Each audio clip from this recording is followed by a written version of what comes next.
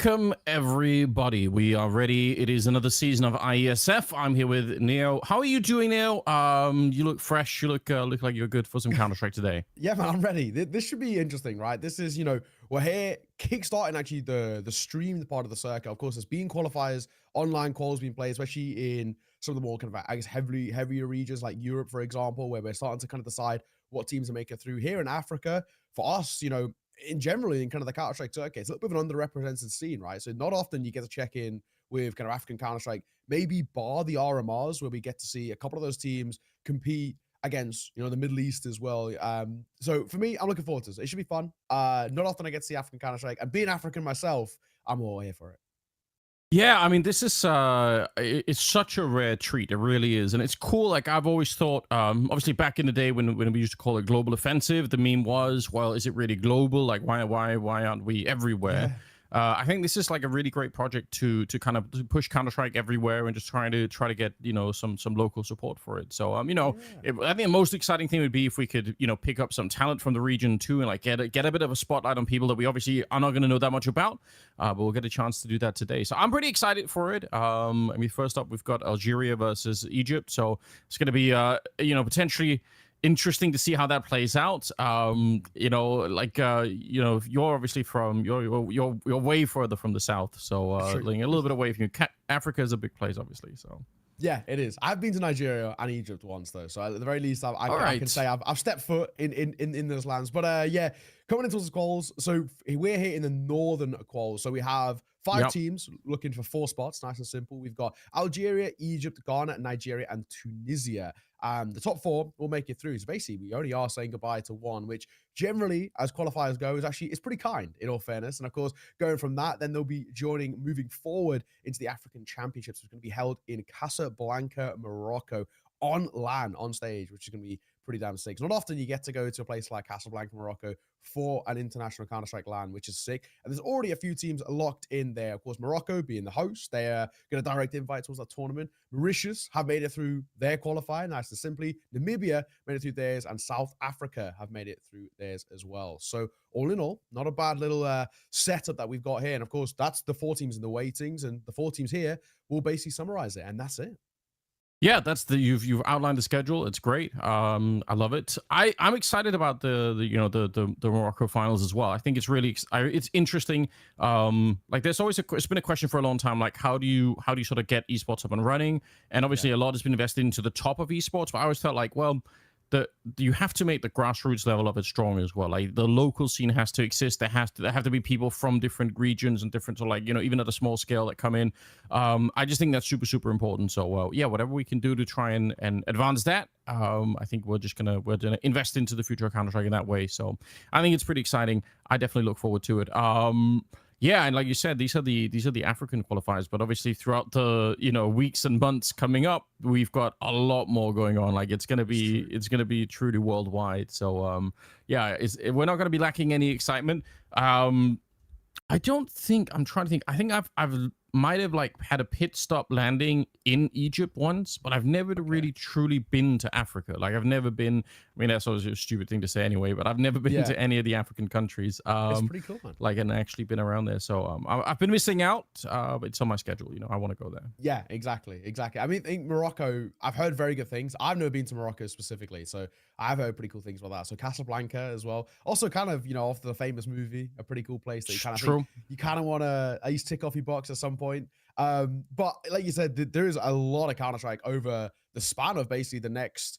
We were talking all the way up until the November finals, which is going to be held in Riyadh, Saudi Arabia. So we have a lot of Counter-Strike to kind of be offering you, and this is just the men's team. We've also got the female Counter-Strike as well, and then we've got all the other games. We're talking Mobile Legends, Bang Bang, Dota, etc., etc., etc. So there's a lot of stuff that ISF are doing over the span of the next few months. It's going to be very, very busy. But here in Counter-Strike, I mean, just to outline what we've kind of got across the board, we've got the Asia Championship as well, which are going to have their own regional qualifiers coming through, leading to a LAN as well in Chengdu, China.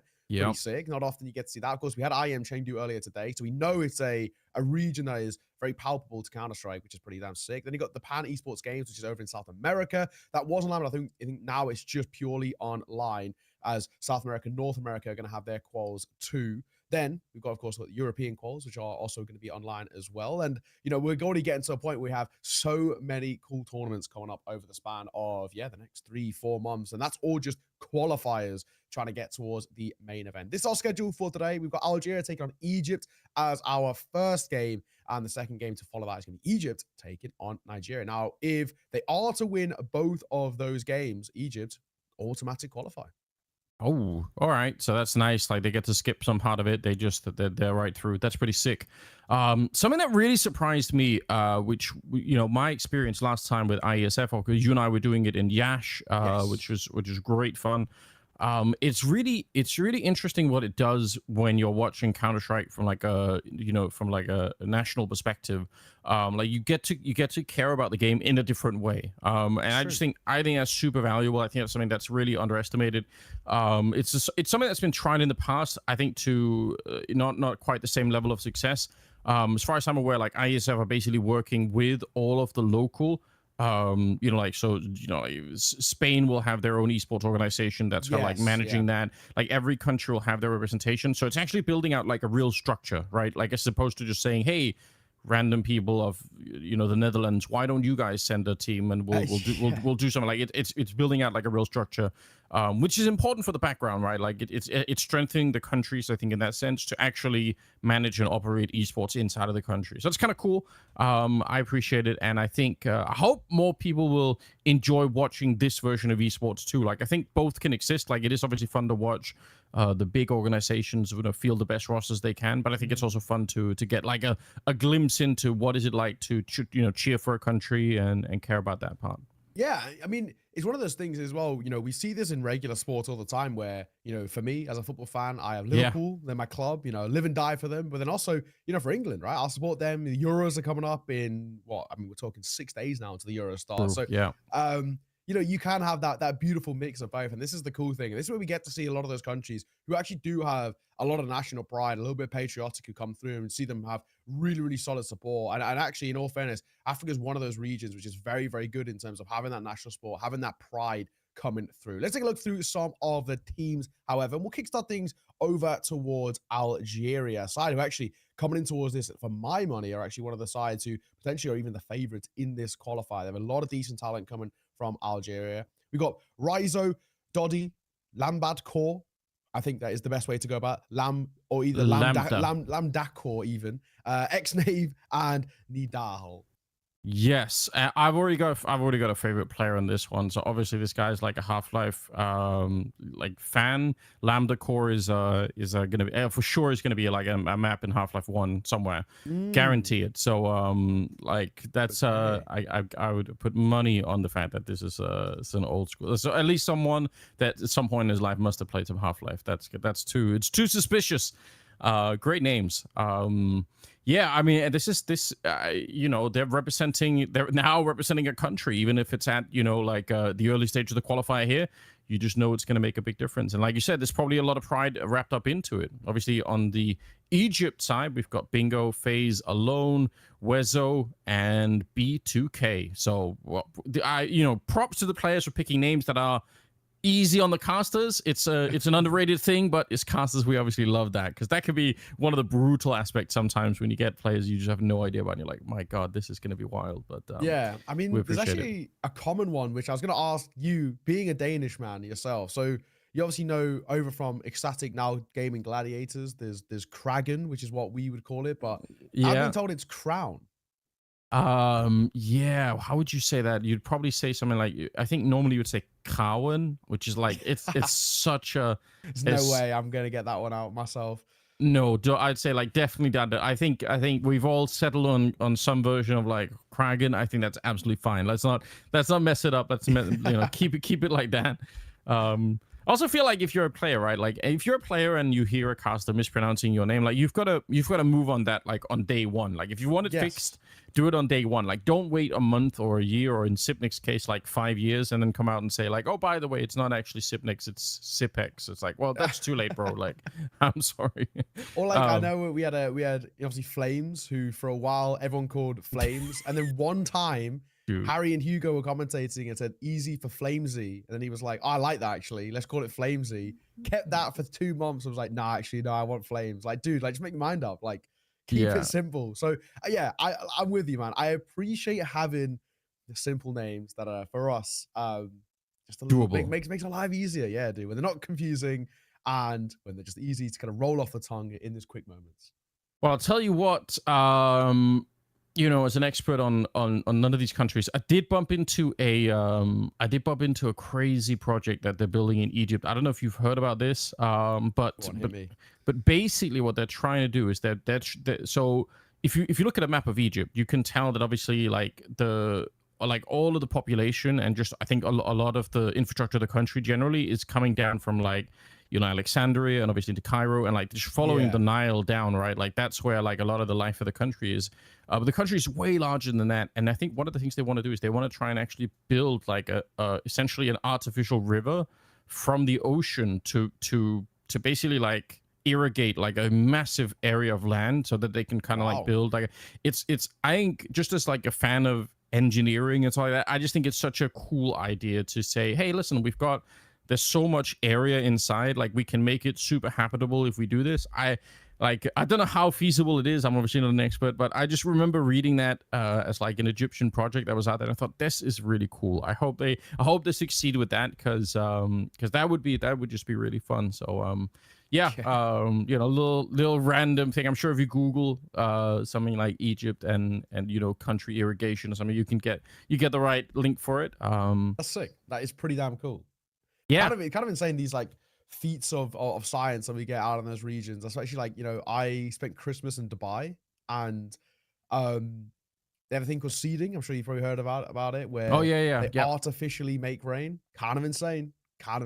So that's pretty cool. We're getting just about underway soonish in towards this one. I don't know if we're exactly ready for it, but we maybe can bring you the veto in just a moment to see where we're going to be heading in this game. But before we get there, one guy that I really want to do just highlight that we should keep an eye on heading in towards this one is Lam Dakor. For me, very talented guy, but I actually caught him. They qualified for, at least through the closed qualifiers of the RMR. They were making really good runs Oh, at okay. the PGL RMR. They actually finished top and they went to the RMR itself. Well, they were meant to, but unfortunately, they had visa issues. So they qualified and they were meant to go to the RMR. And Lambdacor was actually one of the main men in that run who put up actually some incredible runs. He was like in the kind of the sort of the top performers coming through for a team called 15 Average, but they were super unfortunate and they had visa issues and they weren't able to make it the RMR itself. We're in towards the vetoes. Our first map is going to be that of Anubis, picked by the likes of Egypt. That's pretty damn cool that we kind of get that. Makes sense. Through. Yeah, it does kind of make sense. Picking home turf, quite literally. Yeah, good to see that. Still, I feel like Vertigo has been like since the changes, I haven't really seen it played at all. I feel like it's just been sideswiped every single time. We do have Mirage coming up as our second one, picked by Algeria there, so that's gonna be a pretty good, again, one of those maps that everyone kind of knows how to play. Vertigo is still being hated on. It sucks. I need to go in and play it more myself. Like I have looked around, but I need to actually get like more of a familiar feeling. Do you like the new Vertigo? Do you think it's a good change? I actually do. I played it last night. I've played it, a fairly decent amount since it came out. I tried to get a good kind of 2 to 3 pugs in a day kind of vibe, and yeah, I honestly kind of like it. I think I didn't like Vertigo that much beforehand. I thought it was pretty just whatever. It was, I think for me, when we were talking about maps being changed, I was very much of the either minus Vertigo, just because a lot of pros don't like it, or minus Inferno, because I just personally don't like it. And then have a map like, Santorini or something new come into the fray. But yeah, not to be. We had Dust 2, which I'm sad to see because I'm a bit of a Dust 2 hater. I can't lie. I think that map is pretty average. Inferno will be our decider, and coming through, we got 2 out of 3 of the kind of the puggiest maps in the pool with that Mirage and Inferno. They're kind of very simplistic. The fundamentals are there, which I think is good, especially if these sides maybe haven't had a huge amount of time to practice. They can actually lean upon just what is a bit of muscle memory, right? They'll play it in their pugs, in their kind of their Facets and their MMs and all the rest. It'll be something that Yeah. they just feel a little bit more comfortable with. That Anubis, though, is a little bit of a curveball coming through, where at the very least for Egypt, if they're picking into that, they've got to have an idea. You can't pick in towards Anubis without at least the proper executes and the understanding of how to come in towards this. So I think for me, that is really where I'm going to look and say, what have Algeria got for us? Yeah, I think that's super fair. It's definitely, I think, technically like a more complicated map. Probably a map that also has a lot left to be figured out. So, Sure. you know, there's a chance that if you've been studying up and you've got some new trick that no one else has seen before, maybe you could drop it here for the first time and move on in the qualifier. That'd be great news. I was looking at Wikipedia, you know, because that's where I get all my information nowadays. It turns out, do you know Algeria is the largest African country according to yeah, and apparently 10th largest in the world. So that really shocked me. I said this before we came on camera as well. It's like a completely ignorant person. I had no like internal good feeling of like how big Algeria was. Like I obviously knew where it was on the map. I just had no feeling like how deep it actually goes in Africa. So that's crazy. That's one of the things I do like about this whole. It's a chance for me just selfishly to get to learn about places that I don't necessarily know that much about, and I have like a good reason to figure it out. So that's exciting. I hope we've got some Algerian fans watching that are proud to be here, and some Egyptian fans too. Hope you guys are cheering for your teams. That's definitely part of this. That's going to be fun. Do you know what the smallest African country is? The smallest African country. My God. Yeah. I'll give you a it's hint. gonna be like one of those like right off the nose of it, like next to Nigeria or something. There are some pretty small countries. I'll give you a hint. It has probably the coolest flag. Not even just in Africa, probably maybe in the world. Maybe in the world. That's I don't know. Like because there are some countries that are like along the like the nose of Africa that are just like these almost like they're just like really deep countries. Like they're not that wide, but they're like super long. But I wish I knew. Is it like I'll tell you, it Gambia is an or something like that? and it's off the east side of Africa. It's like pretty north of Madagascar. North of Madagascar. It's a popular holiday location as well, but I think if you haven't got it now, you might not know. I'm not gonna get it. Yeah, it tell is me. Seychelles. Seychelles. Apparently, it's I absolutely need to gorgeous. find that. It's All right. super East Africa, kind of like Kenya, Tanzania. It's like if you just go really out into the sea. It's kind of in the middle of nowhere in the Indian Ocean. I can't lie, but yeah, there you go, smallest African country. Oh damn! Yeah, right. It is out there. Okay, so I'm looking at Google Pictures. That does look absolutely fantastic. All right, new holiday destination booked in. Good to see. Yeah, I think we're just waiting on some of the teams. Which, again, I kind of expect that this is going to be an interesting challenge, like logistically all on its own. It's like finding a common server to play on for something like this. Sure. One that everyone can agree on in terms of like the ping times and everything else. I'm sure that's not going to be easy, but we'll trust in the teams to figure it out and kind of get us on the way. Shout out to you guys in Twitch chat. I'm seeing a couple of people. Some people saying, wow, African Counter-Strike. Yeah, that's something that, again, most people will not have experienced yet. So now's your chance. Now you get a chance to see what the local scene is like in Egypt and Algeria for now. We'll bring in some more countries later on. Do you want to, I mean, obviously we don't have a lot of basis to make a strong prediction here, but what would your guess be if you had to guess? Like, which country is going to be better at Counter-Strike? Do you know what? It's quite tough because I think Egypt, they have actually a super, super rich kind of culture for video games. They're very heavy on LAN cafes. They're actually a lot of investment into things like that. So I would assume that Egypt plays a fairly decent amount. However, just in terms of pure name value, Lamdacore's, he qualified to the RMR, and he, unfortunately, if it wasn't for visa issues, they would have been there. Xave, I've also casted a while ago, but I can't even remember where, but I know I've casted them before when I was doing my research. So for me, I might actually lean in favor of Team Algeria here, just because Lamdacore qualified to the RMR, but then unfortunately couldn't make it. Xave I've cast in the past before, so there's at least some names here, which is, for me, they're playing to some degree kind of international Counter-Strike, but the only thing that always in the back of my mind is that Egypt, they have a very rich culture for video games. They love video games. They love playing them. They love their LAN cafes as well. So at the very least, if these guys have come through an Egyptian qualifier, they should have a very decent understanding of kind of how to approach this and kind of where to to, you know, where to be. I mean, they should be a very decent team because I'm sure there's a fairly decent amount of Counter-Strike action over in Egypt. So yeah, it's tough, but I think I'm going to lean in favor of Algeria. Okay. Name value potentially beating out some of the culture a little bit there. I do like that. That's something that I miss, like the LAN cafe culture. It was in Denmark too, but it just died when everyone kind of got PCs at home. Like that became such a popular thing. But it kind of sucks because it was such a cool thing to like go with your mates to the to the LAN cafe and just hang out for like 8 hours in a row. That was always an enjoyable experience. So but yeah, that is the kind of thing that makes it like for a strong foundation. Obviously we've seen that in you know, in somewhere like Korea as well. How much of a difference it can make to have like that kind of like local community. So maybe that's going to power through today. I guess we'll find out once we get there. The best, probably the only time I've actually played in a LAN cafe was actually in Denmark, funny enough.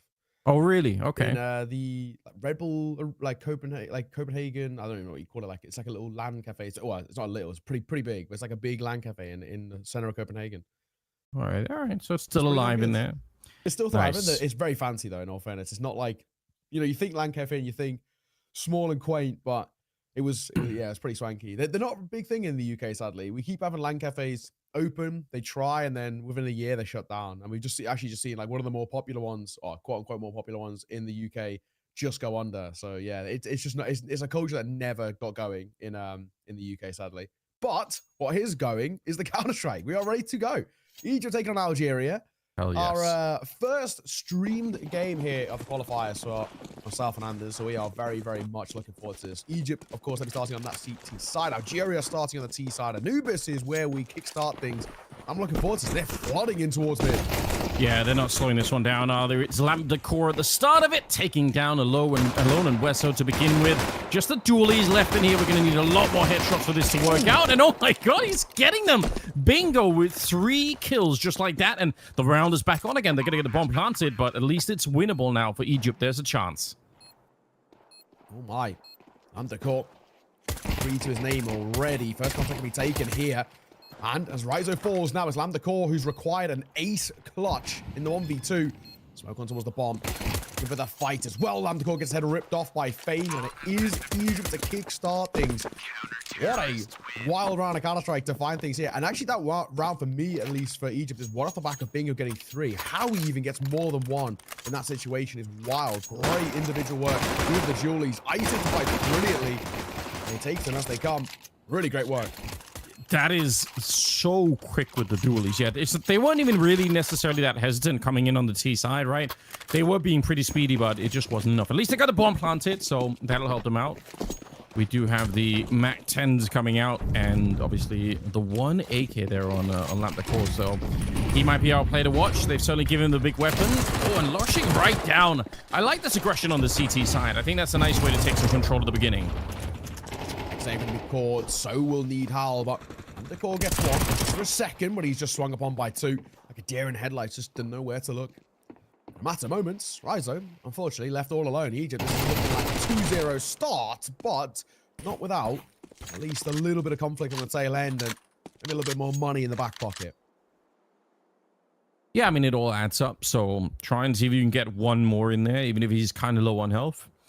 No bomb plan in this round, though, so I think either way, they're going to have to maybe sit it out a little bit. Ooh, Wezo is making quite a bit of noise falling back from that position. That's super dangerous. Looks like he's going to be fine for the moment. You could see Rizo's out looking and wondering, where on earth did he go? All right, the timing is going to be with him. I said no bomb plan, but there actually is a way to do it now, so that's a huge success. 3 kills in a bomb plant so far. Molotov to slow them down even, so you have to assume that he's probably going to go down here. It's unlikely he could do much more with the Mac 10. Yeah, he's going to get killed, but that's expected. It will be another round for Egypt, but you know what? It's an expensive one, so well done on the Algerian side. Yeah, not bad. Not bad at all. Getting a bomb plan of that, at the very least, actually could even facilitate a reinvestment if they want. Question, of course, of will they? I feel like maybe... I mean, there's 2 minds here. You can buy in because you're getting so close to these similar sort of buys. You can get the Gleals out. Ryzen can go in towards an AK-47.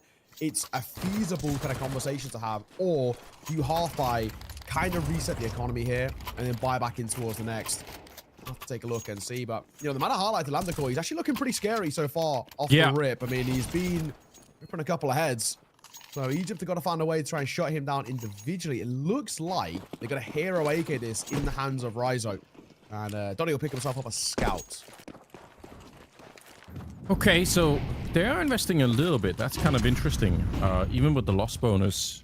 But yeah, I guess they want to apply some pressure early on, and they certainly are.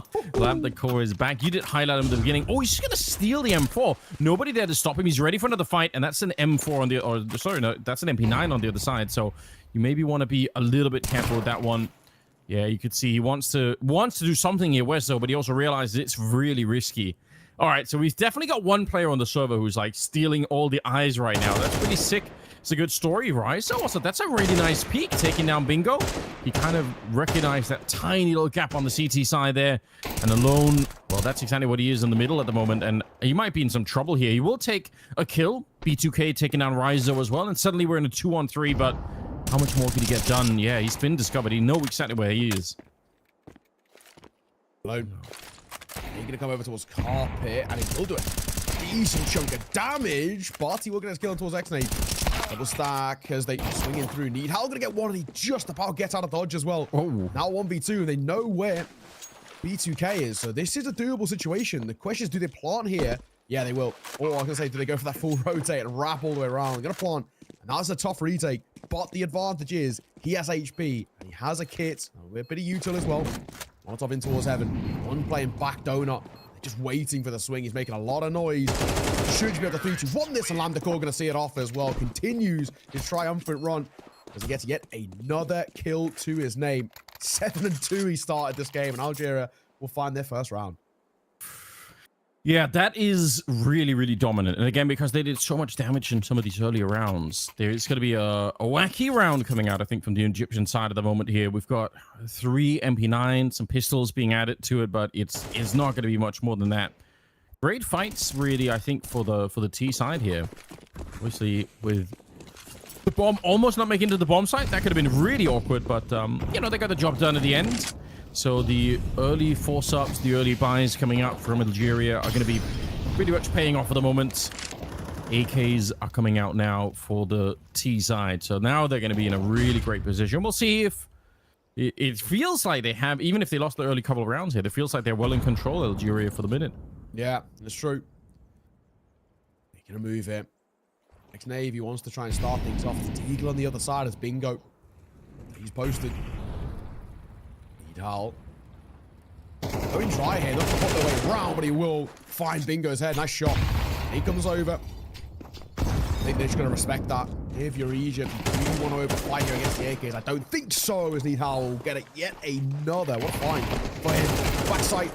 X-Nave will deliver, and that's probably the round done and dusted right there. I think if the 2 MP9s, you kind of just got to save. Not gonna lie, they look kind of lethal, Algeria, at the moment. I gotta say, I feel like they are, not even just Lambda Core that we highlighted at the beginning, but just individually, they look like they know what they're doing here. They're taking some really reasonable fights, and they're also sticking together as teams in the middle. It's not just one person walking in. So overall, I would say it's a pretty good look for the minute here. And it's never a good time when you're stuck on the CT side saving an MP9. That just always feels kind of bad. Looks like they might not get to save anything at all here. All right, 1 kill, but the rest are hunting him down, and he's definitely going to be dead here. So well done, and the scoreline's going to be tied up rather early on. Well, 2-all, and actually since the guns have come out, Algeria just look just a little bit scarier. Is not a bad spot that they put themselves in, and will be a no-buy coming through for Egypt. Got 1 flash. I mean, even getting upgrades of pistols actually puts them in a somewhat slightly vulnerable spot in terms of the recon, so they kind of can't afford to do so. Yeah, we just have the 1-pot flash, and they're just going to group up. Looks like they're going to pop in by a mid, but kind of already now under a lot of pressure. Molly's both ways, and the Naked do a huge chunk here. Oh my god, it's a massacre in by a mid as X-Nave and Needhal combine just like that. Left down to 1, and he's already a dead man walking. Very quick round. Yeah, it's a good idea, but obviously when they're throwing Molotovs and grenades at you, you know you're not going to be surprising anyone in there. So fairly devastating. I'm keeping one eye on Twitch chat as well. I'm seeing in here people saying like, let's go Egypt. I'm seeing let's go with the Algerian flag. So, we've got the flags being dropped in. We've got people, fighting in the Twitch chat. It's good. I think that's, again, it's one of the enjoyable aspects of it. You get to show up and root for your country, which again, normally maybe you don't get much of a chance to do in the Counter-Strike space. So, yeah, good to see you guys on Twitch chat. And maybe even over at YouTube, or leave it's being broadcasted too. Hopefully you guys are having a good time there as well. It's going to be a 6th round coming up here, and finally some more rifles have come out. I do love this. They did it earlier. I think these aggressive CT pushes on Anubis have just become much more viable than they were at the beginning, and it's fun to see. So, all goes a little quiet. Back of the initial contact, but yeah, like you said, decent positions gained here by Egypt. Loading on the corner swing and defiance. A lovely little crossfire. Load and Bingo working together. Nidal will get one, but FaZe already peeking for a double. Oh, make that 3. Beautiful stuff. That round is put to bed very quickly, as now Doddy's left all alone in a 1v4, and this one is probably a non-starter. That's a really nice sequence from FaZe. It's awesome to see the timing with him peeking in after the sort of the mid fight has really been engaged, because you can just tell that on the Algerian side, they're walking in, all of their attention is somewhere else. They're not really looking at that angle any longer, and he just steps out. I mean, the 3rd kill obviously was he was just feeling it at that point in time. Probably not necessary for the round to go for another fight there, but if you've got the hot hand, it's hard not to do it. It's Doddy on his own, and again, best you can probably do is try and do a little bit of damage. You only got about 20 seconds left. You're definitely not going to be winning the round here, but yeah, if you can get another couple of kills. So he's sort of faking the flashbang, making a bit of noise, running back and forth. He's hoping that someone's going to peek him, but they're being fairly disciplined on the other side. I think a little fading seconds here. They're going to try and go for the hunt, and he was not quite ready. So great round out of Egypt. Yeah, not bad. This is a back and forth game. Sometimes we can come in towards these sort of matchups, especially when it's the early part of a qualifier, and actually maybe it's a little bit one-sided, you're seeding and all the rest. They can be a bit of a massacre. This is anything but. Very good kind of back and forth Counter-Strike, and so far, so good. 3-all. And a nice aggro position taken there by Egypt, which gives them just so much to work with. And Algeria needs to figure out a way to kind of deny Egypt taking that early control. They've got to pug them for it in the early part of this. Orc going to come out here. Or X-Nate. Make this sing. He has the advantage at range. Certainly. Although the smoke and the spam right through is going to take him down. They continue on the aggression. Bingo getting a couple of huge shots. Egypt are absolutely doing work at the start of this round. If they can get one more in here, it's really going to hurt the economy on the T side. Now, they still have a lot of money on Lamp the Core there with about 6,000, but yeah, it's going to be painful. B2K, he's aware that someone could have made their way through, but it's going to be a double peak, and you're not usually going to win that second fight. So Nidal's going to be coming in with a good shot there, and we're right back into a 2 versus 3, which is winnable here. Bingo's very low on health. It is. This is a doable affair.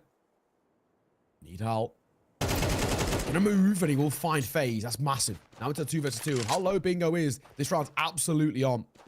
Nidal's got the space, but it's Doddy with the bomb, who needs to get down to a plant. Smoke will come down as well. This will allow it.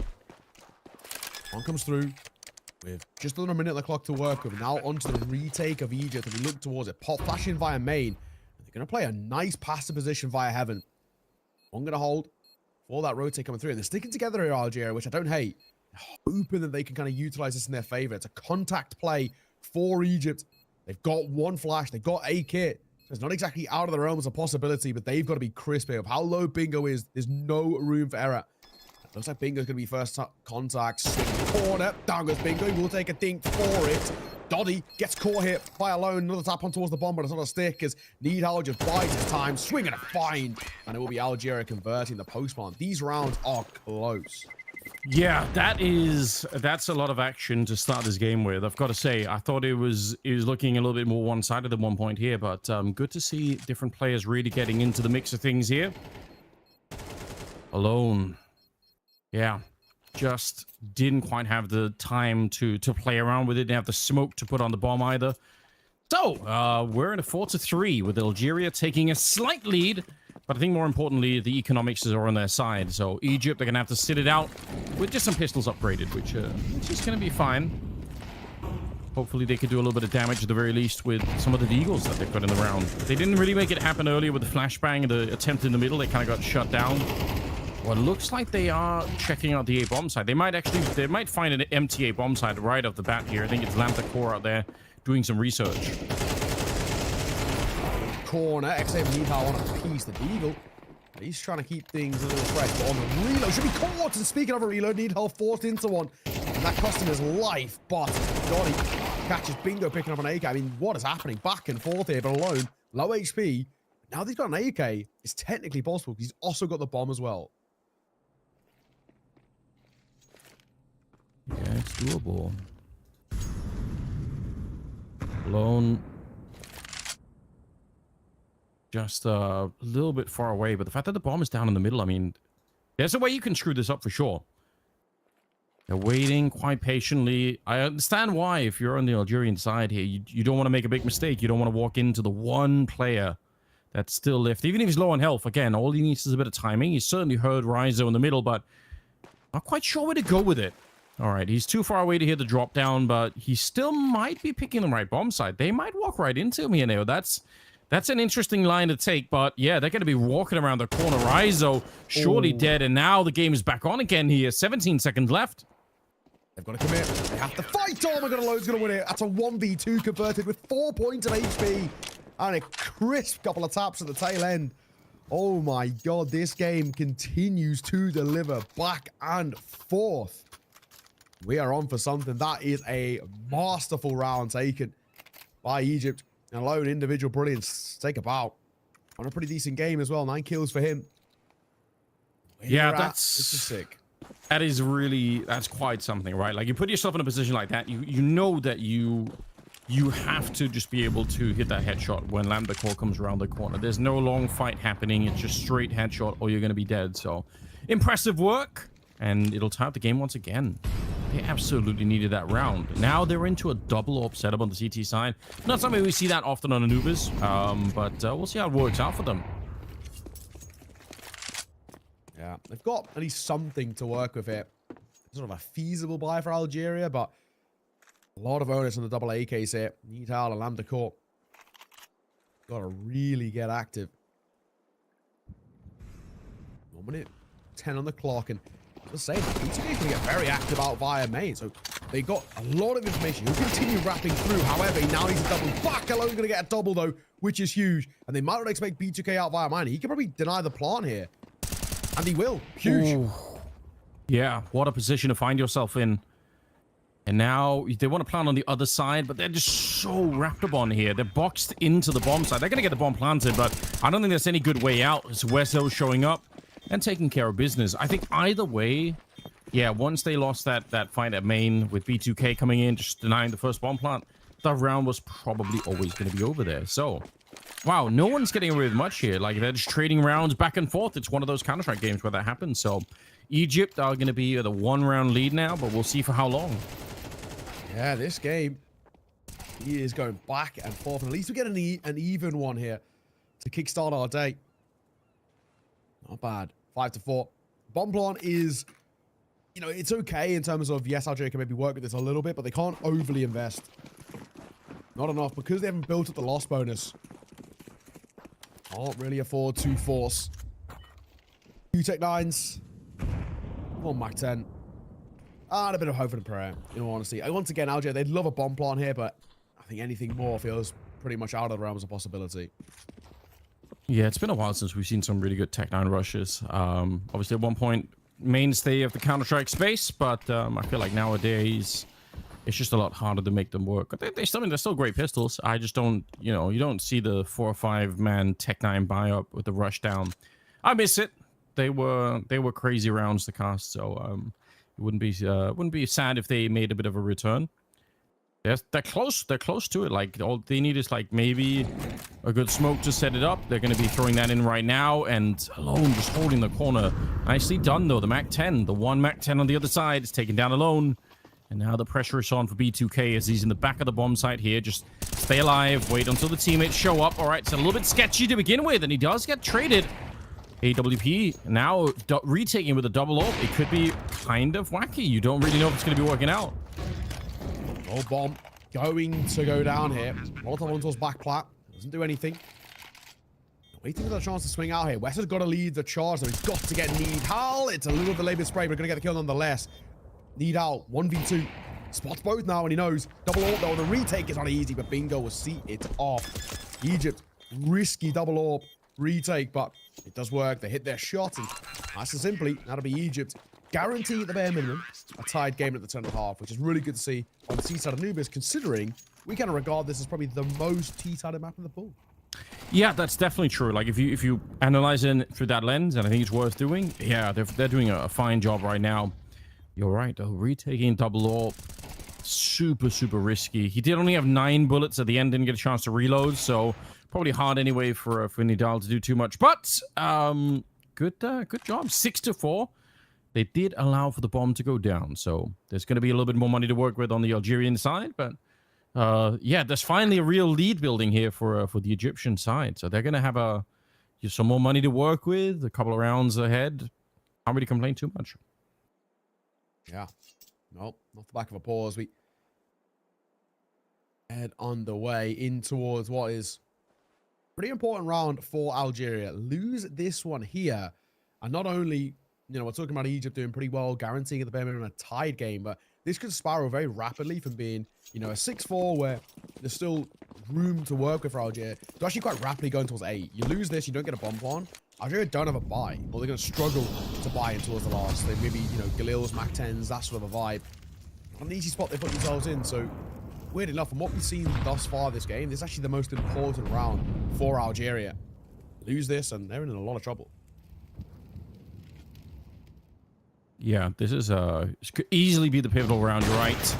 That's really close with the AWP. There's any kind of a plan B? Yes, there is. Fight to the death, apparently. That's wild. Bingo. He was always going to be stuck in that fight. So I appreciate the fact that he just went back and tried to go for it. Although, what a grenade being thrown out. Nidal coming in with a bit of a shot there as Wezo does go down. Lamp the core, again, quite solid. We'll open it up. Let's take down B2K. That's going to be a bomb plan as well. Looks like Algeria on to win this round. Might even save for Egypt. Some of them don't have that much money in the bank, so it might be worth saving some of these rifles, but they're still kind of going for it. They're still at least in the area. That's very bold.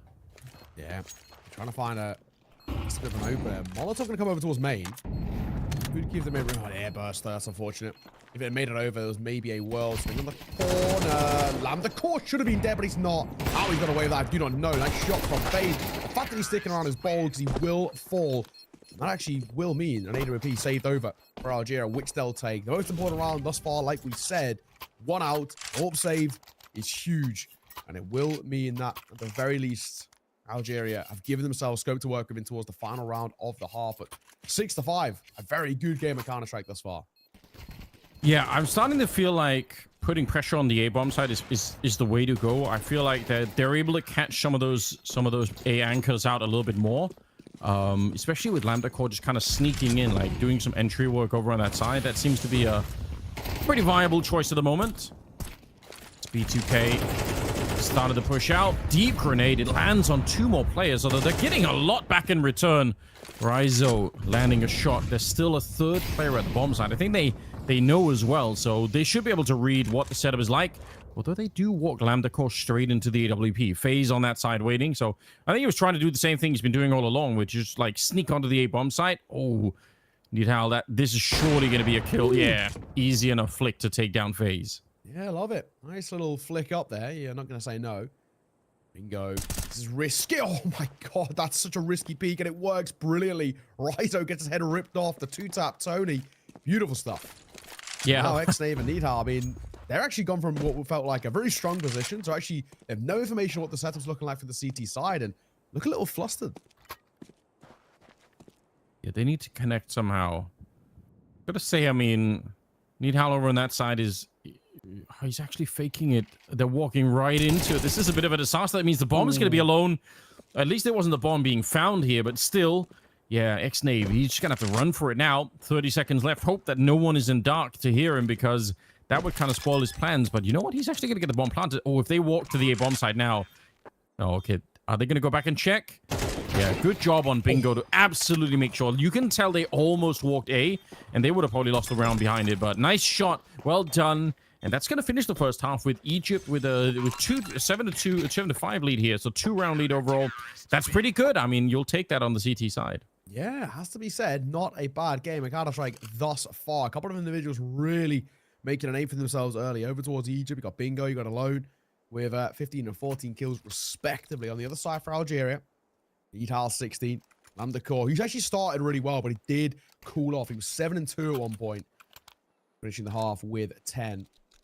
But a 7-5 lead is very good for Egypt. At the very least now, going to give themselves just a little bit to work with. It's their map pick.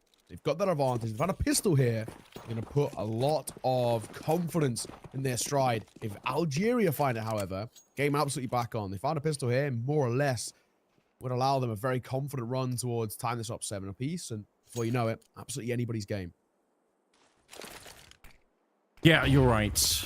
Definitely going to need to be an important pistol around this one. Rizo started to move back a little bit. I do like this. I like the disengagement of the pistol round. Sometimes it's just be so much better to just escape from the fight rather than just, you know, go down on your own. Slammed the core with a good headshot, but FaZe might have been an even better one in return. It's going to give them the bomb plant for sure. And they have B2K, who's kind of lingering on the outside of the bomb site. So he knows that no one's retaking from that side. And they're actually fighting to the death. There's so many bullets in the Glock.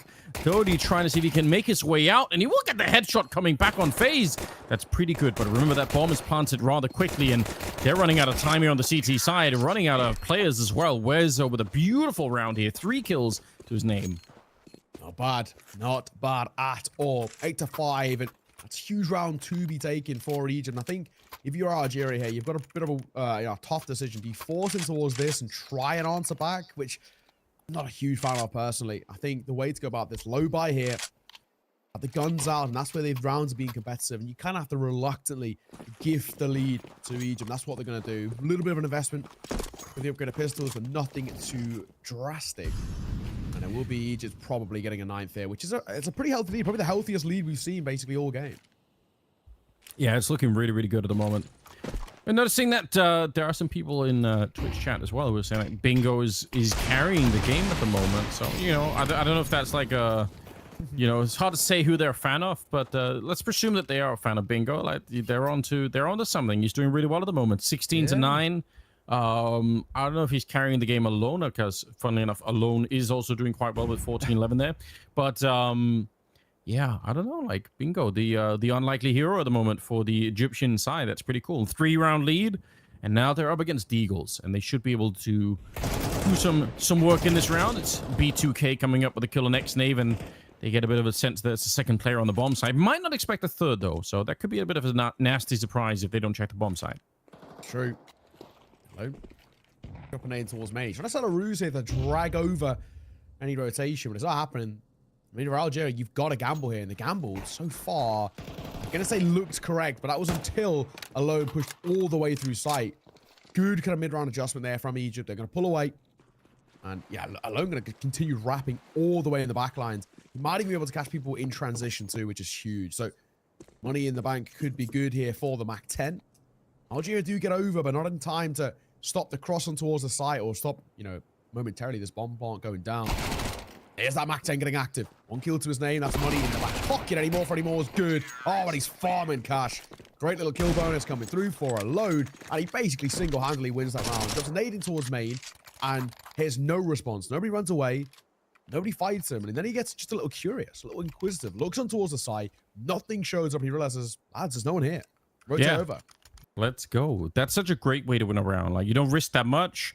You're not in a hurry either, and like you said, you get a bunch of Mac 10 kills.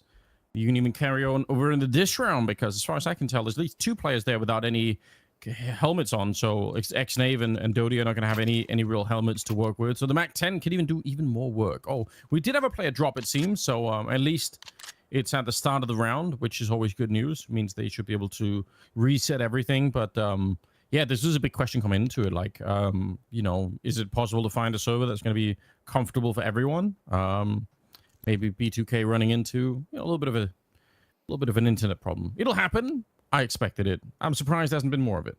Yeah, no, exactly that. Exactly that. So far, honestly, pretty smooth. So I think we're kind of deserving of at least one to come through. But it gives us time to kind of discuss the ramifications of these next couple of rounds, because it really is kind of make or break territory now for Algeria. This game has been really close, but if Egypt win this next gun round and they win it cleanly as well, there's 10 locked in there. Probably the 11th comes through already. And we're talking about Algeria basically having one more buy round off the back of this to try and deny. I mean, already it is a tough old spot that they kind of put themselves in. And for those who actually aren't watching the game and maybe just see this on paper, see it on Wikipedia or whatever, and see, there's a real chance this could end, especially with how things look at the moment, 13-5 or 6, something along those lines. They'll think, stomp coming through for Egypt, but it hasn't felt like a stomp in the game. These rounds have been close. So this is the big thing for me, that for Algeria, this next round here feels like it's for all the marbles. You lose it, and Egypt not only get a 10th, but they basically get gifted the 11th too. Yeah, I agree. Like that is kind of how this is shaping up at the moment. Like they're in a tight spot right now, which is surprising to me given how this all started out. Like it just looked like they were a solid team right at the beginning. I'm not saying they're not, but definitely Egypt has come out as the heavier team at the moment here, with Bingo doing well, Alone also playing very well, but the rest of them are not that far behind, right? We've seen the individual, I would say, moments of brilliance from FaZe, like he had that sick 3K on the CT side, coming out of the A-bomb side. So generally speaking, like they seem like a well-rounded team. And we talked about it a bit of the beginning, like with the culture of like LAN cafes in Egypt and sort of like all of that local esports support. So maybe that is carrying through. It is a team game after all. You don't need just one or two superstars. It's preferably to make everyone work together. That's nice. Yeah, exactly that. Well, we're waiting for B2K. Hopefully we get him in as soon as. Yeah, well, just people are asking in the chat, right? This is the first map of the best of 3. Second map is going to be on Mirage, and the third is on Inferno if we get there. Just so you guys are aware. So, yeah, it's the first of 2 best of 3s today. We've got more action coming up a little bit later in the day. We've got Egypt versus Nigeria, I believe. That's the second match of the day. So we're going to get to see Egypt play again, which is great news. Now we know more about them than we did about half an hour ago. It's true. Very, very true. Holding and waiting. It's an issue for now. I know I've covered a couple of other games. I've done Crossfire. I don't know if you know Crossfire, Anders? I know Crossfire, yes. Yeah. So, I mean, honestly, very similar in terms of the look and style of it, kind of to old 1.6 and Source, that kind of vibe. Yeah. Super popular in Egypt. Massive there. They're actually one of the best teams, basically in the entirety of, they split it in kind of East and West. It's kind of how, so we go do ours in, Europe or North America. In Crossfire, it's East and West. Simple as that. You're either in kind of Asia, basically, which is where the majority of the player base is, or you're the West. So, I mean, unfortunately, it means, if you're North America, you're playing like 120 ping or whatever to Europe servers. So they do kind of get screwed a little bit. But what I do know is that Egypt are one of the best countries in that entire game by a long shot. Most of the best teams that come through are actually from Egypt. There's some cool orgs. One of their orgs, one of the best orgs, in fact, is called Anubis, in all fairness, and they're pretty damn cool.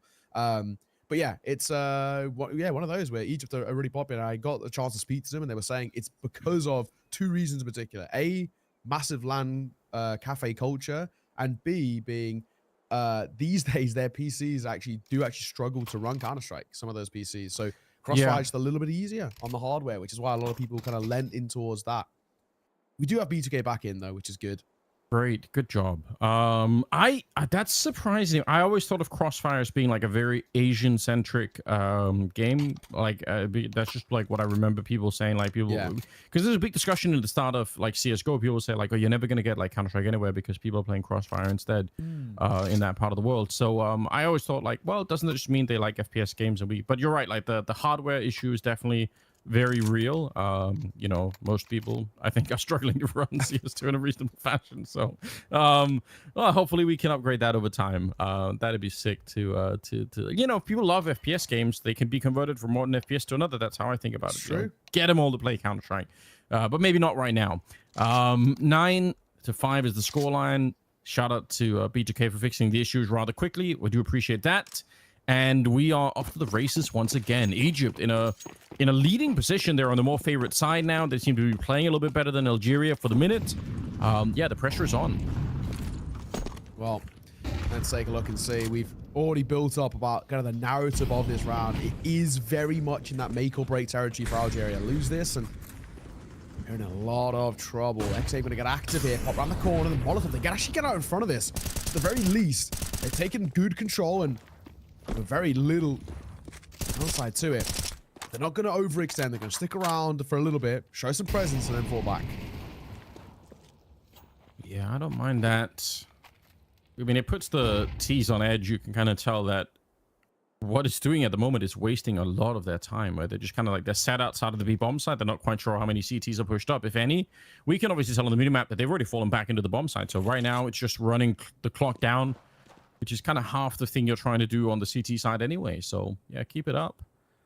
They don't have almost any utility either. So it's not like there's a smoke or anything holding Egypt back at the moment. It is just the potential threat of the aggressive CTs that they're kind of waiting for right now. Molotov goes down. That was the last Molotov on the CT side there towards dark. So now all they have is a single flashbang. Kind of hard to win around like this. Egypt, though, look at how much time is already off the clock. They're down to 30 seconds here now. This is starting to get pretty tricky. I think it's Lamp that caught alone at the A bomb site. Ooh. Is he disconnected again? Yeah, all right. He's actually disconnected while still being on, so he's kind of a ghost on the server. I don't think I've seen that before. That's wild. 17 seconds here, but let's see if they can take over the A bomb site anyway. Yeah, they're leaving this very late. No two ways about it. But 10 seconds, they're probably going to get a bomb plant here, which at least is very good. First fight getting another way of face, but he's instantaneously traded. A 2v4 turn 3. One more foul. Oh, hang on. Bingo is on for a round, but he can't quite do it. Just like that, it will be Algeria converting. Egypt get a bomb plant, which is good for the finances. But Algeria, that was a must-win scenario. And they do. So all in all, we're pretty damn happy with it. So you have to look at this as well and say, our chance opening back up for Algeria in the gun round. They set the tone. They get a good retake. That's good for them. But a little bit unfortunate, I guess you could say. B2K dropping out. Apparently, unfortunately, has a little bit of electricity issues. Nothing you can really do about it. But he is back in pretty immediately, so you'll have to see it. Yeah, that's at least something. It always is unfortunate when people disconnect in the middle of a round. It's not sure what we can do about it. Like, there's no fix for that, unfortunately. So you just have to live with it. The nature of playing Counter-Strike online sometimes will happen. A 9-6 scoreline as we do move into round number 16 here. And we do have the AWP on phase. They can't afford one yet on the Algerian side, so they're going to be left wanting for that. But they have a little bit more utility this time on the CT side. Not a lot. It still was an expensive round, that last one, so could be in a similar position where you kind of run out of grenades around the minute mark, and that's never fun on the CT side. No. Dotty, backside. Little crossfire as well, and they're going to rotate over too, but that bomb looks like it wants to head towards the other side. You got to be a little careful here. Still holding. Will be at least a bit of contact. If Ryzer can get a freebie of a kill here, that could be something. Bot flash in the corner. Very, very good bot flash as well. And a freebie of a kill as B2K gets caught. Nothing he can do in that situation. Lamp the core. Very aggro angle. Playing in the open. And he's going to get one. Nearly a second too. It's not a bad start here to the round. Oh, bingo. What a shot to take down Xnave. Right back into a 3 versus 3. AWP back here, and I think a little bit of a failed jump there for FaZe, or an accidental jump. Didn't really mean to do that. Nice grenade. Bingo almost catching the mid-air. My God, he's let loose on the bomb site. And now it's a 1 versus 1. Bomb ticking, but plenty of time here for Nidal if he can actually find the kill. Did he escape? Oh, he's trying to, be up on top there. Tapping the bomb once, but he's been found. Nice shot, and even without the kit here, he's going to have enough time for it. So, well played. Good 1 versus 1, but I thought for a minute there Bingo was going to save the whole round. Yeah, nearly a chance. Nearly a chance. He goes for a little bit of an aggro angle, trying to play above that smoke to spot any information. It's not to be. Algeria now made this a 2-round game, but of course, again, they're winning these gun rounds, which is very, very good for their individual confidence. I'm a little concerned. That's ways about it. Egypt letting a couple of these slip through the net. And yes, they got a bomb plant here, but it's not enough to suffice a full buy. So realistically, unless things go really south in this kind of half by eco, quote unquote, we're talking about this being a 1-round game. Yeah, it's getting that stage at the moment here. MB9 on Rizo. See if he can farm up some money. They do have Kevlar on 3 players, but it's not a lot. Still, the MP9 should be able to do some decent work. Attempted wall bang. Didn't really catch anyone, but looked like the timing was right for it. He had the right idea at any rate here. Slammed the core, trying to back up his teammates. Oh, wow. He's going to get traded. That should be a bomb plant now. This is a little bit risky. It's allowing for maybe more than Egypt should have been allowed to get away with here. B2K goes down, and Bingo surely soon to follow. Okay, so they're going to be able to reclaim the round, but still 2 casualties and a bomb plant given up there. That's quite a bit. You take the silver linings every day of the week, realistically. In that round, it was kind of from the get-go. We were talking about that buy being basically a non-starter. Not bad. Not bad, but it is. Like we mentioned, that one-round game. This is absolutely, as well, game on. And a worrying sign that we are now put into. A little concerned as Egypt, yes, they're finding decent, plays coming through, but they are letting, fundamentally, what is a pretty healthy lead slip away. Needs to be careful. Needs to be careful indeed. 9-8. Back into the investment. Back into the orb as well for Bingo. Who has really been lighting up the server in all fairness. 21-12 he finds himself. Yeah. There's an orb on the other side too, and Nidal has been no joke himself. Okay. Some aggressive moves coming out. That is wild. Molotov in as well. This is great pressure being applied. Yeah, it's forcing the CTs to throw out smokes and flashes and probably use a lot more utility than they want at the beginning because they're so worried about losing this part of the map. I like that from Alone.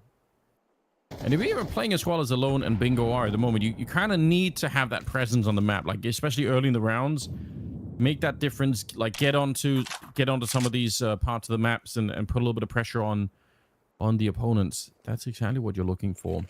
More of a passive setup for Algeria so far on the CT side that we saw out of Egypt. So that's an interesting difference here. Alone, that's just too much to handle. And now, looks like they're kind of fighting one at a time, which is not what you want to do. Rizzo is getting a double spray down.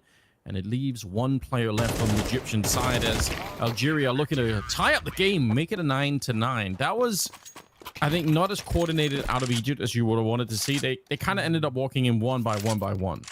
And sadly, I feel like we're getting to a point now as well where for Egypt, especially these last basically 3 rounds, it is showing that I feel like for me, the strat book to the very least is exhausted. And we're now getting to a point of being in a little bit of a worrying state. I mean, 9-all, but Algeria have looked very, very good in this CT side, where for Egypt, it's kind of these constant barrages over towards A, but it's just not quite working. They're in a tough spot.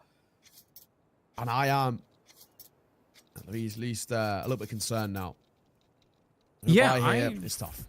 I kind of share that feeling. I'm not gonna lie. I have a similar vibe. It was looking like it was kind of just there for the taking. They had everything they wanted. They had the money. They had everything going their way. And now you got to wonder what's going on. Round number 19. Game is tied up here. Money is in an awful spot for the Egyptian side. We'll see if they can make a recovery or if Algeria are going to sneak it away right at the end. Remember, Egypt has another game to play today, so it kind of sucks if you lose the first one. You're going to go into the second one, maybe not feeling that great, and neither of the 3 players made the drop down.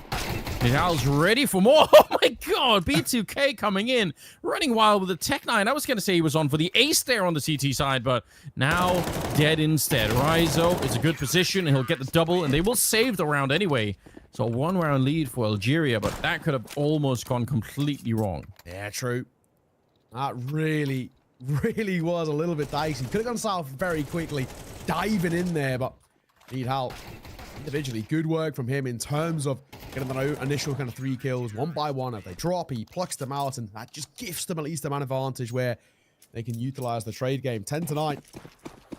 Algeria, what a response, what a resurgence. At one point, 4 rounds in the hole. Now they find themselves in their favor. Egypt back into a buy, yes, but it's a similar story that we find ourselves in now. It's full buy-in, failure, rinse and repeat, and this is where Algeria have now gifted themselves a lead and a really good opportunity. They find this 11th here. The 11th might spiral in towards a 12th if they deny Egypt getting a bomb plant. Yeah, I mean, it's on now. There's not a lot of rounds left in this game. Lamp the core, good position. We know he's got the skills for it, but there's going to be a lot of players coming around the corner. He has to get one and survive, or maybe the double on the grenades could not have been better. Yeah, the Molotovs, and as he's trying to escape, they hunt him down.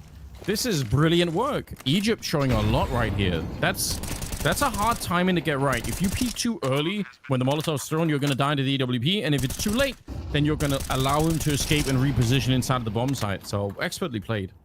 Yeah, it's true. It is. Now, I mean, for Algeria, they're kind of stuck here. I don't really think they really have anything to work with in terms of a retake. I'm going to try and have a look in. I mean, they do have kits, so why not give it a go? And they have, of course, plenty of money. Pop flash at the corner, swing low. B2K will fall. I think we're going to find one of their own as well in response, looking to find more. Wesso tries to double down, and he will. Huge stuff, but I don't think this retake's going to work. Time is too far ticked. Any kills you get on the tail end is nice.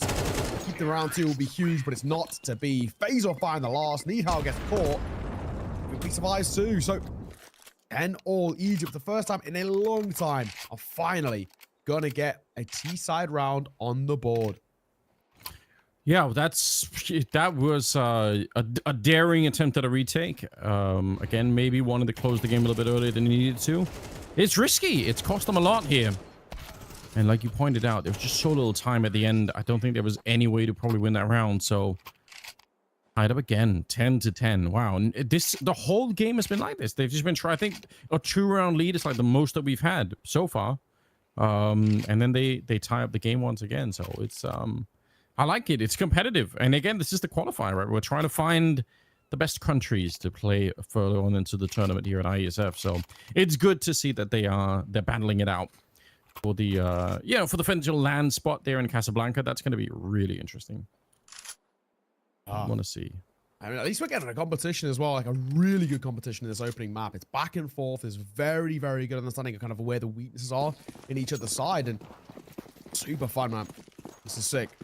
And it's absolutely anybody's game. In Algeria, even though they've been winning a large, majority of these rounds, they've been still made pretty expensive.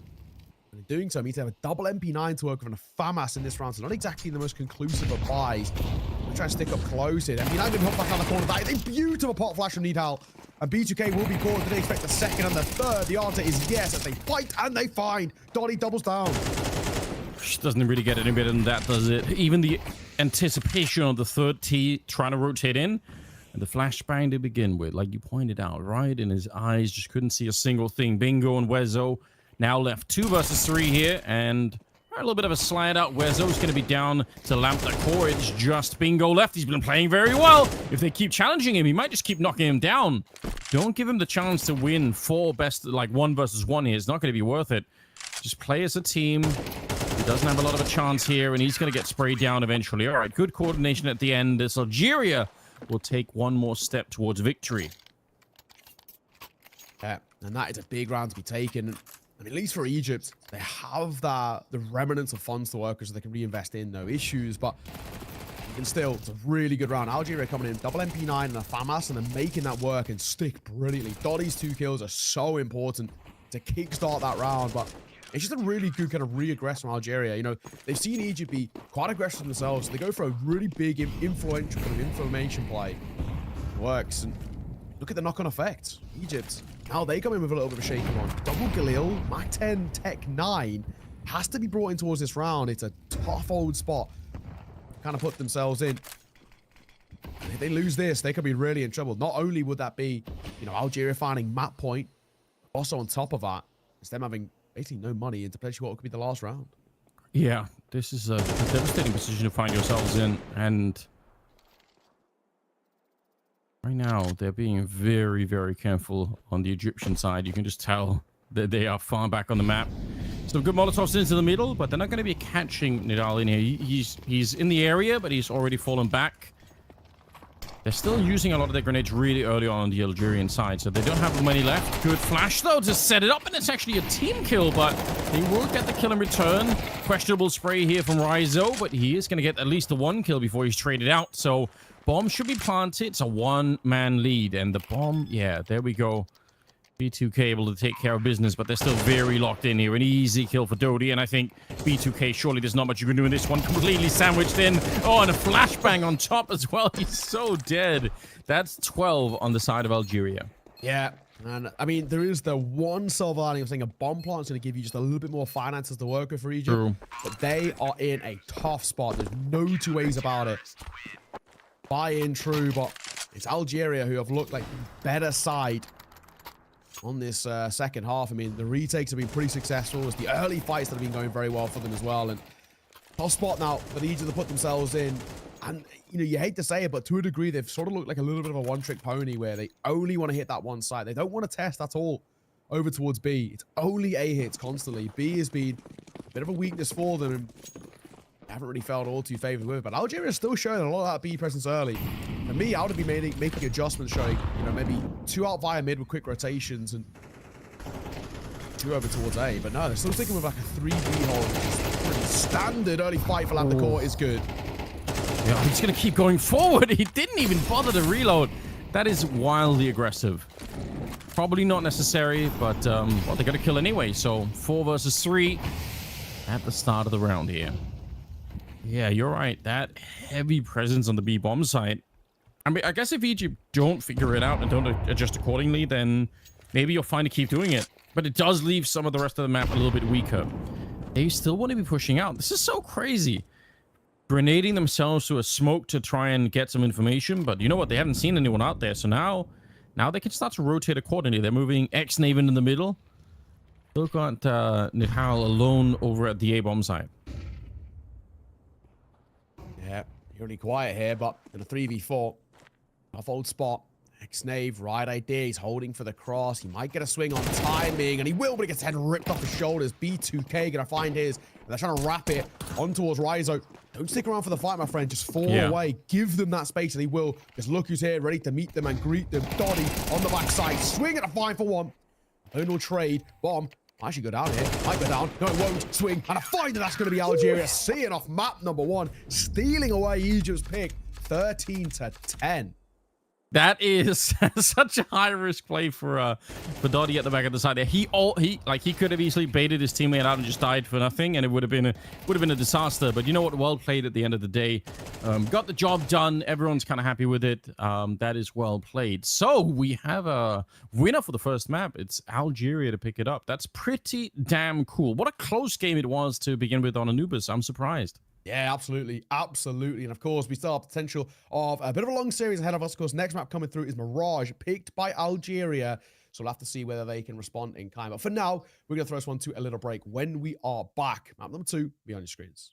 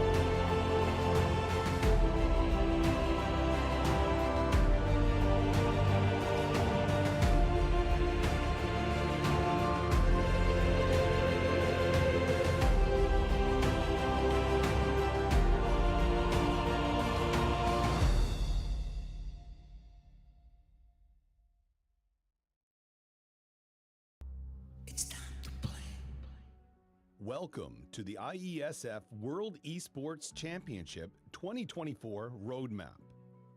This year, we're bringing together 130 countries to compete in a tournament that defines champions. These are the game titles that will be the heart of the competition. PUBG Mobile, Dota 2, eFootball, MLBB, and CS2, enriched by 2 female divisions, CS2 Women and MLBB Women. The roadmap is divided into 3 stages. Each stage represents a crucial phase of the championship, starting from the national qualifiers through the regional qualifiers, leading up to the World Esports Championship. Let's take a closer look at each stage and what it includes. In the national qualifiers, athletes within each of the participating countries showcase their skills in their chosen game titles. These competitions, organized by the national federations, are where the best of the best emerge as national champions. The champions from each country then advance to the regional qualifiers, where they will compete against other national champions for a chance to reserve their spot. The regional qualifiers are divided into 4 regions: America, Asia and Oceania, Africa, and Europe. The American Regional Qualifier will be an offline event where 21 countries will compete in Rio de Janeiro, Brazil. Here is the slot distribution for the American region. PUBG Mobile, 2. eFootball, 21. CS2, 4. Dota 2, 3. MLBB, 3. CS2 Women, 3. And MLBB Women, 3. The Asian Regional Qualifier will be an offline event with an online and offline stage, where 41 countries will compete for a slot in China and the World Esports Championship 24. Here is the slot distribution for Asia and Oceania region. PUBG Mobile, 6. eFootball, 40. CS2, 6. Dota 2, 6. MLBB, 7. CS2 Women, 4. And MLBB Women, 5. The African Regional Qualifier will be an offline event with an online and offline stage where 22 countries will compete for a slot in Casablanca, Morocco, aspiring to secure their spot in the championship. Here is the slot distribution for the African region per game title. PUBG Mobile, 3. eFootball, 24. CS2, 2. Dota 2, 2. MLBB, 3. CS2 Women, 2. And MLBB Women, 2. The European Regional Qualifier will be a fully online event, with 43 countries competing remotely. Here is the slot distribution for the European region. PUBG Mobile, 5. eFootball, 40. CS2, 12. Dota 2, 5. MLBB, 3. CS2 Women, 7. And MLBB Women, 2. Leading us to the final slot distribution for the 16th World Esports Championship, reserved for the best national team of every region. PUBG Mobile, top 16. eFootball, 125 countries. CS2, top 24 teams. Dota 2, top 16 teams.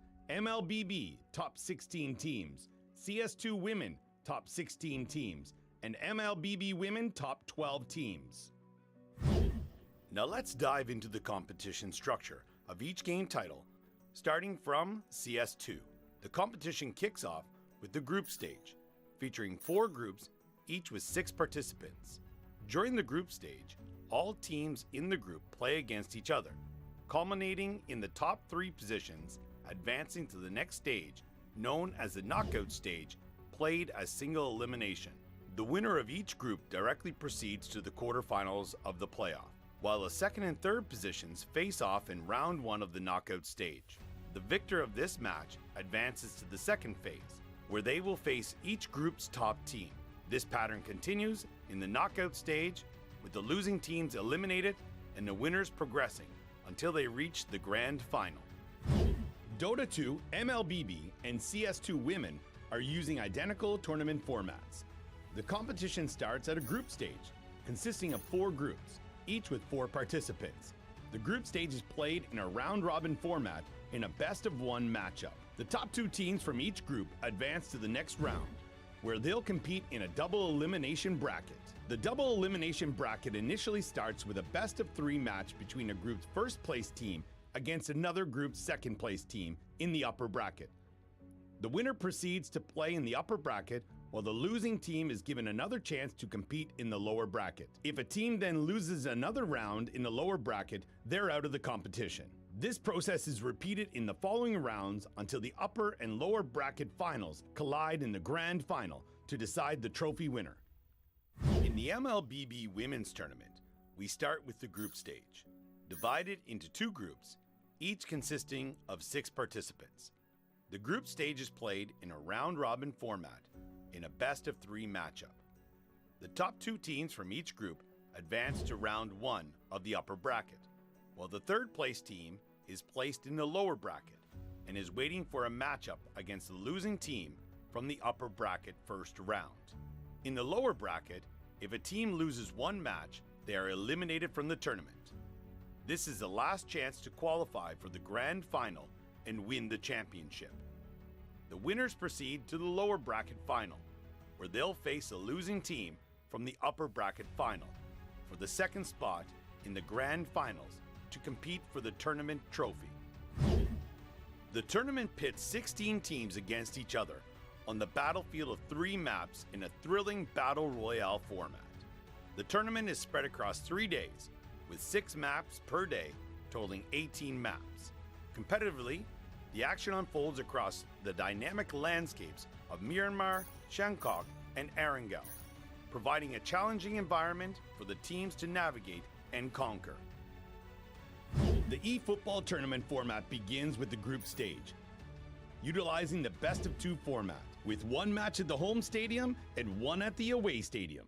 Following this, the top 4 teams from each group advance to the single elimination bracket. If a team loses a match, they are eliminated. The matches in this stage are best of 3. The winning team progresses, advancing through the bracket up to the grand final. Introducing the point ranking system for the overall champion. With 21 medal-winning teams participating, each gold medal secures a remarkable 100 points. Silver medals contribute 38 points each, and every bronze medal adds 15 points to the tally. Remember, there can only be 1 country crowned as the overall world esports champion, achieved by accumulating the most medals and points throughout the competition. Who will emerge victorious?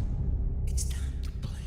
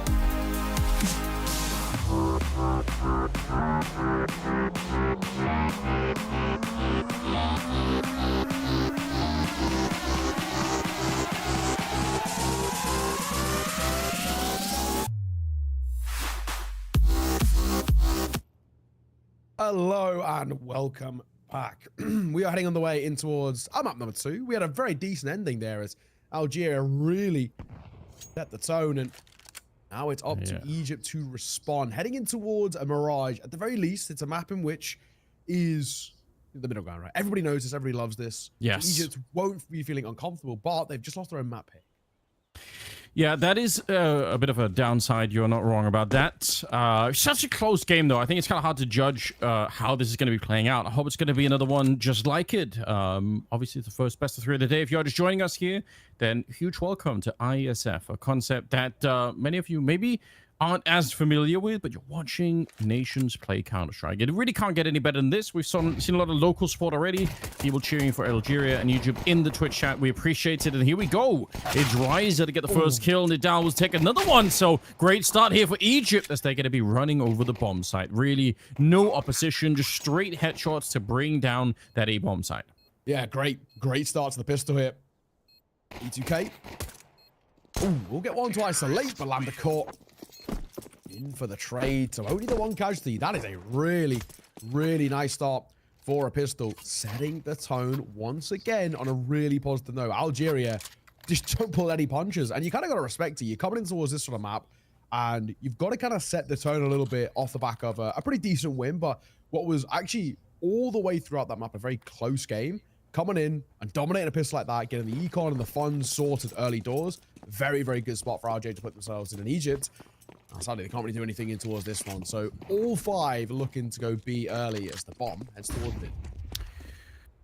Yeah, you like to see that, don't you? Actually, it could be a bit of an interesting setup. Flash going out into the middle. It's just USPs. And I think that flash, unfortunately, it lands behind like 2 of the front players there on the Algerian side. So maybe a bit unfortunate, but I like the idea. I like the attempt of it. A little bit of a closer flashbang. Maybe it would have been a different round, but they're going to be able to close it out. It's a very quick round as we go into the 3rd one, and the rifles are picked up on the Egyptian side almost immediately. So, okay, well done.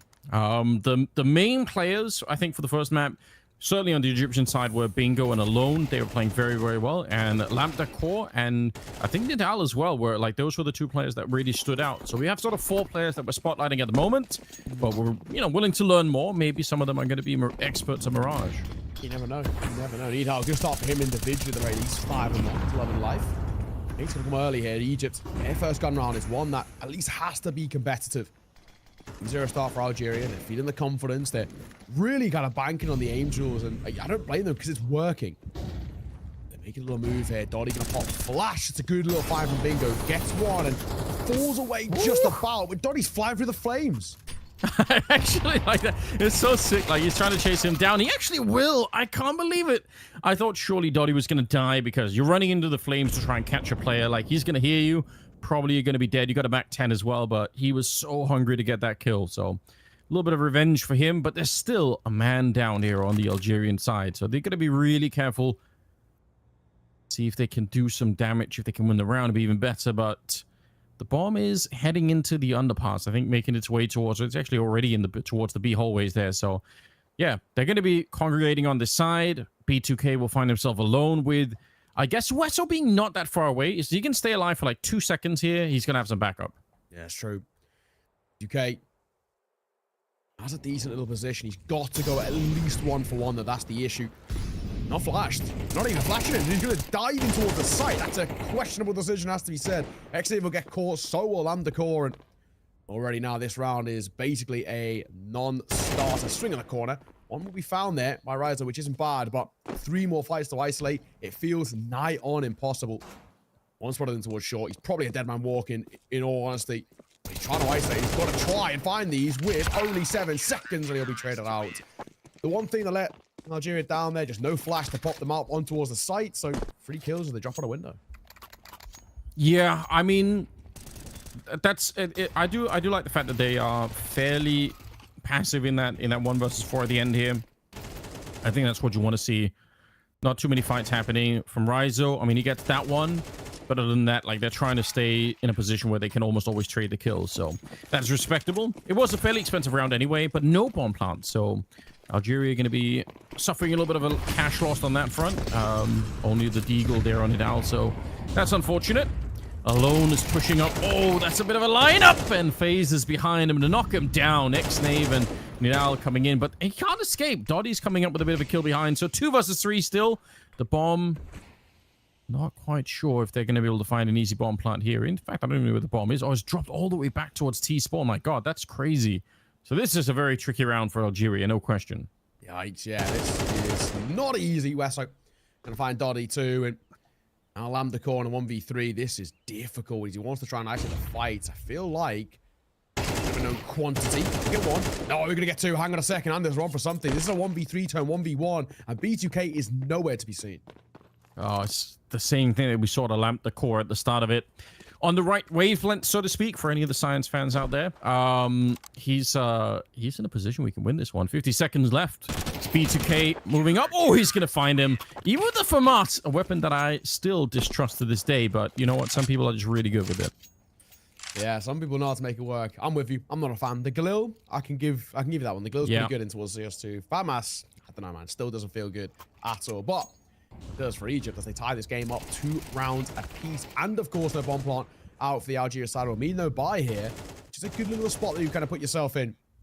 2-all should be made a lead for Egypt on the CT side. That is a necessity. Mirage, statistically, the 3rd most CT-sided map in the pool. You kind of have to get at the bare minimum of 7-5 on the CT side so that you're not completely uncomfortable. I think the problem with the FAMAS is it just sounds like a plastic weapon. Like, I think that maybe that's what throws me off. It's like, I feel like if they just made it more, like a more bassier sound, maybe I would play with it more. Like, it just feels like I'm not doing any damage, even though it obviously is a fine enough rifle, I suppose. We do have the 5th round coming up here. Like you pointed out, should be a bit of a lead here. Emphasis on the CT side being important. Definitely true.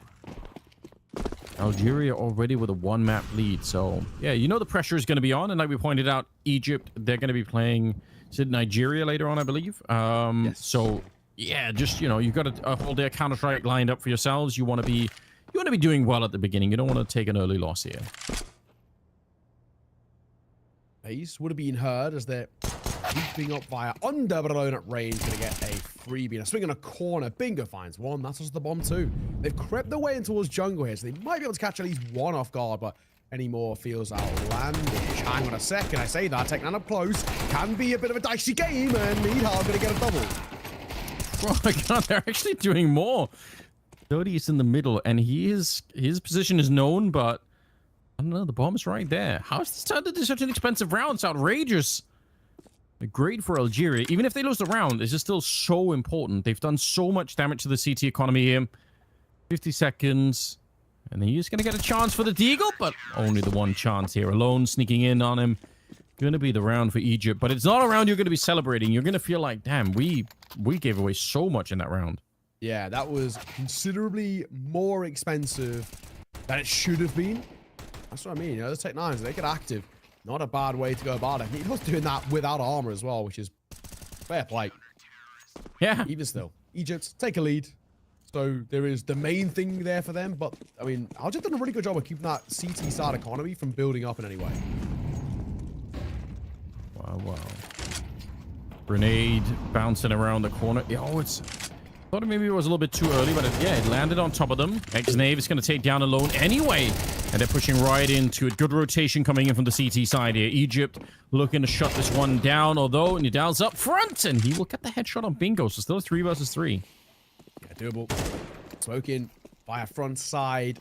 My bench will give them the luxury of the site itself. That is such a risky swing. FaZe gets caught by Needhard. He might get a second as well. He will. They're just gifting when the fight's 1 by 1. The bomb plant will come through. Oh my God, BTK didn't spot him. And he will second half asking. Rizo, he will fall, but Dotty will trade. And just like that, a really nice round coming through. Need help. 3 kills to his name. He's single-handedly giving them the luxury there. So the game tied 3-all once again. Oh, that is actually fairly devastating, right? Like, with the damage done in the previous round and now into this one, there's going to be no money on the Egyptian side here. So they are in a little bit of a temporary hole for the minute. So we'll see if that's going to change. They can't really invest into this one. Wow, this is dangerous. Again, Algeria being on the T side here. This is starting to look pretty grim. I do like this death ball approach where they're just sort of grouping up all of them all at once. If you're playing up against pistols, the one thing that you really don't want to do is give over an AK to like someone who's just alone. So yeah, stay as a group as much as you can and just trade out the round, even if it comes to like some sort of crazy fight. I think it's B2K. Yeah, he's at the back of the bomb site here, but nothing he could do. They're running over the map. It's going to be a 1-round lead after this one to Algeria. Yeah, it's going to be the case. Lantico's going to get that bomb down, and the pistols of Egypt, sadly, aren't going to do all too much. There isn't really too much of a need to hunt here either. It's Eagle, USPS. I mean, they don't know that, but no real point, to be perfectly honest. Algeria are going to make that a 4-3, which already is pretty decent. I was saying this earlier, but for me, I already think if you can get 5 rounds in your T-Set Mirage, I actually think you give yourself a very decent spot to work with. Any more is really good. Bingo, nice shot. Eagle instantly traded. And the last man alone, really not going to have any sort of impact here. He was looking for any exits out via apartments. He's not gifted them. That is going to be a nice little 4th on the board, Algeria. Good work. Gonna die, though. All right, fair enough. Yeah, one way or another. I guess there wasn't much to save, so it's probably not a big deal. Yeah, I mean, they're getting there really, really quickly. 4 rounds now. Even after this one, the Egyptian economy is looking somewhat questionable here. Got 2 for Mars in play, got no AWP at all. And even some of the utilities is going to be lacking a little bit behind. So, yeah, they're in a tough spot. No head armor on anyone, which at the moment is not a big deal because it's AKs on the other side. But sometimes, you know, when a Galil sneaks in, even that head armor on the CT side can make a bit of a difference. Nice shot from X-Nate. He was almost grenaded out of the round. He is going to get shut down anyway. Wow, the fight in the middle is surprisingly deadly for the fact that everyone is flashed here. So I'm a little bit surprised they're getting that many kills. But 1-for-1 trade for the minute here. And looks like they want to go pounce on that B bomb site. Okay. Swing. And a fine for Doddy. Some more as well, and actually will get it off the back and need help. And that's probably the round. They spotted one into his market, but he's just dancing between the 2 angles, and Bingo doesn't want to commit to the fight here. That is going to be that, and it's going to be Algeria making it a 5th on the board here. I mean, we've already a map under their belts, and now a very decent start to the T side. I'm a little worried for Egypt, and Landacor going to see off white. Bingo, he will fall. I said I feel Algeria on my side to watch coming in towards this, and I'm glad they've been able to live up to my expectations. Yeah, they have. You did point it out at the beginning, and it's kind of cool to see that it's not just like the 1 or 2 players, but they have a couple of different ones. Like Dottie seems to be more at home on this map. I guess he's taking a lot more individual initiative. I mean, maybe even bordering sometimes on being a little bit too crazy with some of the fights, but who cares? Like, it's working out for him. He's got a 7-3 scoreline at the moment. Obviously, Nidhal's still playing very well at 12-4, and he was playing very well in the first map too. So I think for the minute, if we had to pick an MVP, he's a likely candidate at the minute for it. Playing some great Counter-Strike. Oh, you're right. All right, so far so good. Where we find ourselves 5-3, and again a similar situation where for Egypt they have to just sit here and say, what can we do, right? No real buy to work with. Yeah. Bar, Phase, and M4A1S. That is it. That's all they've got in the locker. I mean, it's a really tough situation where Algeria should guarantee the kind of the bare minimum a tied game, which on T side is not bad at all. Oh, definitely not. Like 5 rounds, even in MR15 format, 5 rounds on the T side of Mirage is super doable. But MR12, oh wow, he's taking care of business now. What a great player for Algeria to have at the moment.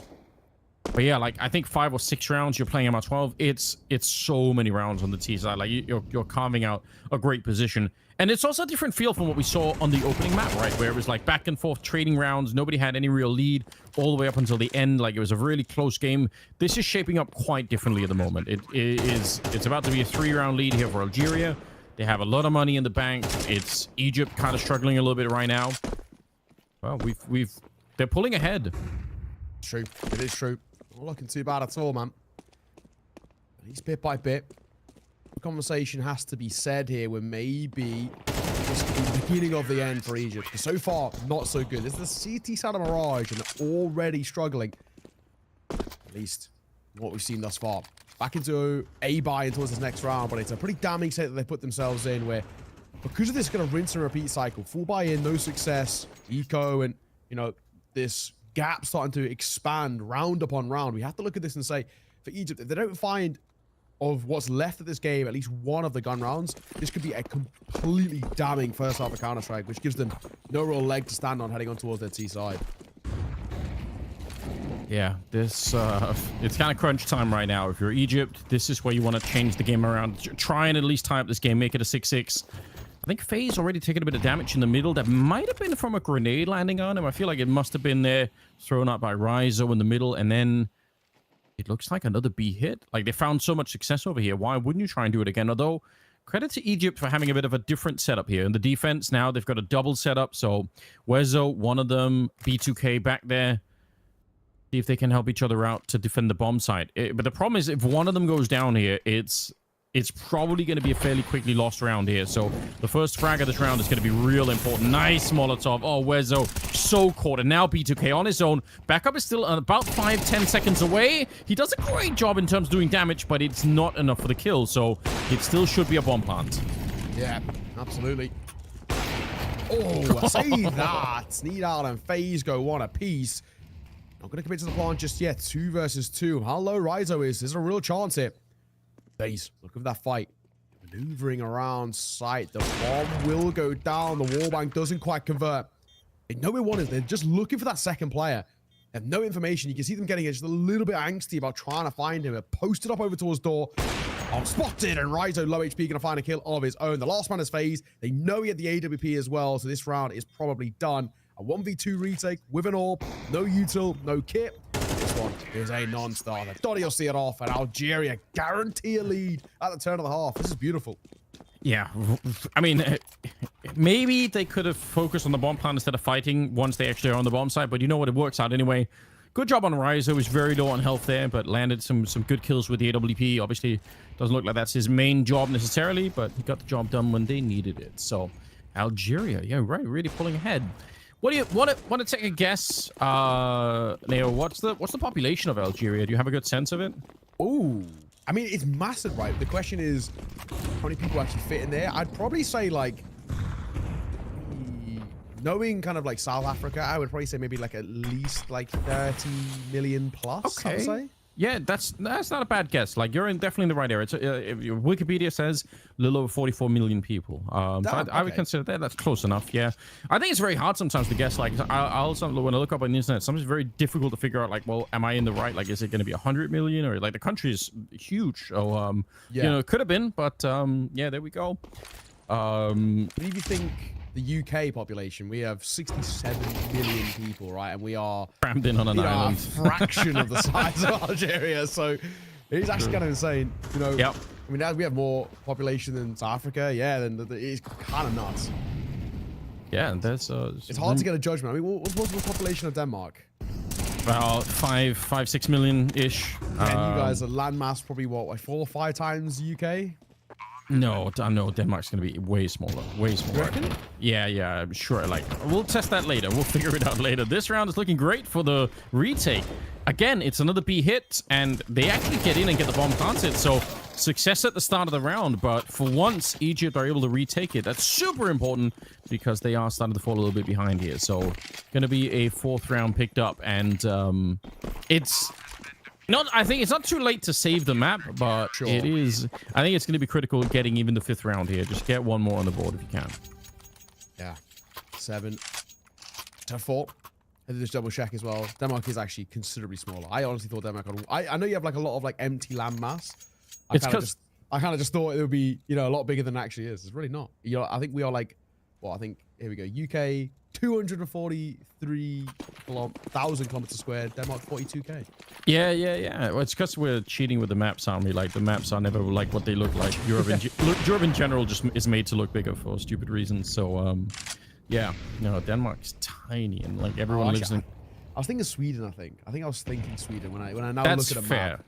That's fair. Yeah, Sweden definitely is like they've got a lot of land, a lot of similar population, but giant piece of land. Beautiful country too. Here we go. We are headed into round number 12. It's the last of the half, and as you can tell, we've been kind of worried for Egypt at the moment here. They are struggling on the second map. It is Mirage, and they already lost the first one on Anubis, which I believe was their own map pick. So, in general, they are they're in a bit of a hole at the moment. Not too late to recover it, but definitely if they want to do it, then winning this round is going to be huge. And it starts off with a good headshot, even maybe better there as they take down Rise on the second one. 5 versus 3. Now just take a deep breath. Don't take too many fights. Unless you're Bingo, maybe. But they should be able to clear this one out. So, fight on the swing. We got one towards X Davis. Needhal with all to do. 7-5. Do you know, Anders, that's actually not a bad recovery from Egypt at the tail end. Just getting those last couple of rounds to give you some confidence. But fundamentally, that 5 in a row that Algeria picked up is really where they've given themselves a lot of confidence to work with. We saw how good that pistol was on the T side too. If they get another pistol here, it once again could already start to slightly feel like maybe the beginning of the end. So we'll have to see, but I'm still leaning pretty heavily in favor of Algeria thus far. Egypt, I haven't seen the consistency across the board of these gun rounds. Yeah, I think that's the issue, but I would agree with you. Like, that's a recovery at the end. We'll definitely count it in. If they can win the pistol round here, it could be right back on. You never know. Sometimes it is a lot easier playing the T sides if you're, you know, like not a really well-drilled team than playing the CT side. So we'll find out here. Round number 13, second pistol round of the map coming up. It's Dodi put under some pressure and actually run down. Well done. They got mid-control. Numbers advantage. Good little spot to work with for Algeria. There is a kit in play. Always good to have that as just in case. A bit of util as well. Mid-control's taken. Lambda core on a big flank here. He's now starting to make a little move. And he might just get a good timing too. X-Nave.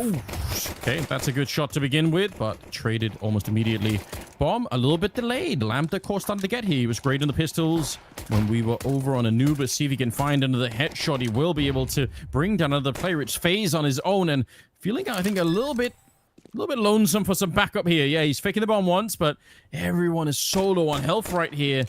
Just wait until everyone's in position. Oh, he can't get the Glock back out in time, and it's Algeria to win the pistol in the second half, and that is a huge victory for them. That's big. That is big. 8-5 now, and you know, going back-to-back pistols as well really does, again, settle the nerves, set the tone, and all of those good things you want to say about Algeria, where, I mean, it just gives you such advantages. You're starting off these halves with, you know, such an initial boost of confidence. And for Egypt, you know, there's two things there. A, losing that round is always pretty damning because you kind of start to fall a little bit further behind, but also on top of that, no bomb plant, no buy. It's all these tough ramifications that they've put upon themselves. The low buy, the pistols, looking like they want to rush towards B, and they might just go for it. That's a chunky nade that comes through. Ouch. They almost jumped straight into that one. I really think losing the pistol round there might have been at least one nail in the coffin here of Egypt. I don't know if it's the final one, but their chances of recovering the game now are definitely growing slimmer all the time. And a little bit of an investigation. Algeria were not as aggressive on the CT side of Anubis as Egypt were. And I don't know if that's going to carry on to this. A lot of room for CT aggression on this map too. Oh, they're going to hear it. Grenade is going to be bouncing in. They want to really punch through the wall here, but they're just getting slowed down so much. And I think by now they're so low on health that any chances of a bomb plant is probably going to be almost done with. They're falling right back into the open arms of Rizo. It's a great round here. The MP9's getting so many kills. They're going to be pretty rich on the Algerian side. Yeah, not bad. Not bad at all. A 4-round buffer zone they have gifted themselves now, and we have to look at this and say that this is a tough old spot that Egypt are going to put themselves into. Gun round going to come through here at a 9-5 scoreline. We had this exact same thing in towards map number 1, where thankfully Egypt did win the round, so they gave themselves a bit of leeway. But, you know, if you lose it here for Egypt, it's probably the beginning of the end. That means Algeria get 10, maybe even the 11th, gifted off the back of it too, and before you know it, in a lot of trouble. Molotov over towards Connector. Need help. Posted by a window, but he will be smoked off the angle. Double stack of the MP9s. Trying to get active, trying to get in towards the fights. Yeah, still kind of sticking around in the window in spite of not really being able to see anything, but, you know, firing off a couple of shots, just warnings through the middle, saying, listen, I've got the AWP here. Don't try anything. And Bingo, really one of the great players for Egypt, as we saw in the first one, but hasn't really been able to put into play yet. He's got about 7 kills for now. Interesting attempt from Dodi. Might have been worth it to stick around. He did get caught there, but once you're that deep towards the palace exit towards T-spawn, maybe you just stick around. Mid control heavily in favor of Egypt at the moment. The bomb is still in T-spawn with 50 seconds left. That's not a big problem yet, but we'll see what happens if this AWP at CT spawn can do anything. Bamming on towards the corner of Hellhole here. Looping, probably a fine. There's the AWP. Not need Hell though. Get the first. In the corner too, trying to do a bit of damage, and will. That's actually information gained as well, but the bomb still goes down, which is a good little spot for Egypt. I still think they're in a good position here, Egypt. Here, they should know everything. Faye's going to be able to take down Lamp. The call, the retake is kind of on here, and they're going to get at least 1 kill in return. If they had a smoke right now, smoking the bomb and defusing, definitely viable. Oh, wait a minute. Maybe they can still do it, tapping it once. They do have a kit on Rizo. They pull out one player alone. Oh my god! What a great shot coming out here from the Algerian AWP. And they're going to get the defuse in. That is wild from Nidal. Yeah, he's easily been kind of the MVP. You spoke about it a little bit earlier, right? He had a really good map number 1. He started well in towards map 2, and that will really kind of set it down and say this guy is on fire. That's a brilliant round from him. All 3 kills he gets are wonderful, but that last one, that really is just something special. 10-5, and that might start to smell the beginning of the end. I mean, for Egypt, yes, the bomb plant facilitates a reinvestment, but mentally, they're probably so broken now. That was their best chance in a post plant, and it slips away to some individual brilliance. I don't know if Egypt have got anything left in the locker. Yeah, that was the chance to really turn it around and get something on the board here. Start to roll some momentum on the T side, and they just weren't able to find it, unfortunately. Out-orbed in that moment. That was really, really sick. Dodi, good little boost. It's a classic, really. And gonna be taking down FaZe.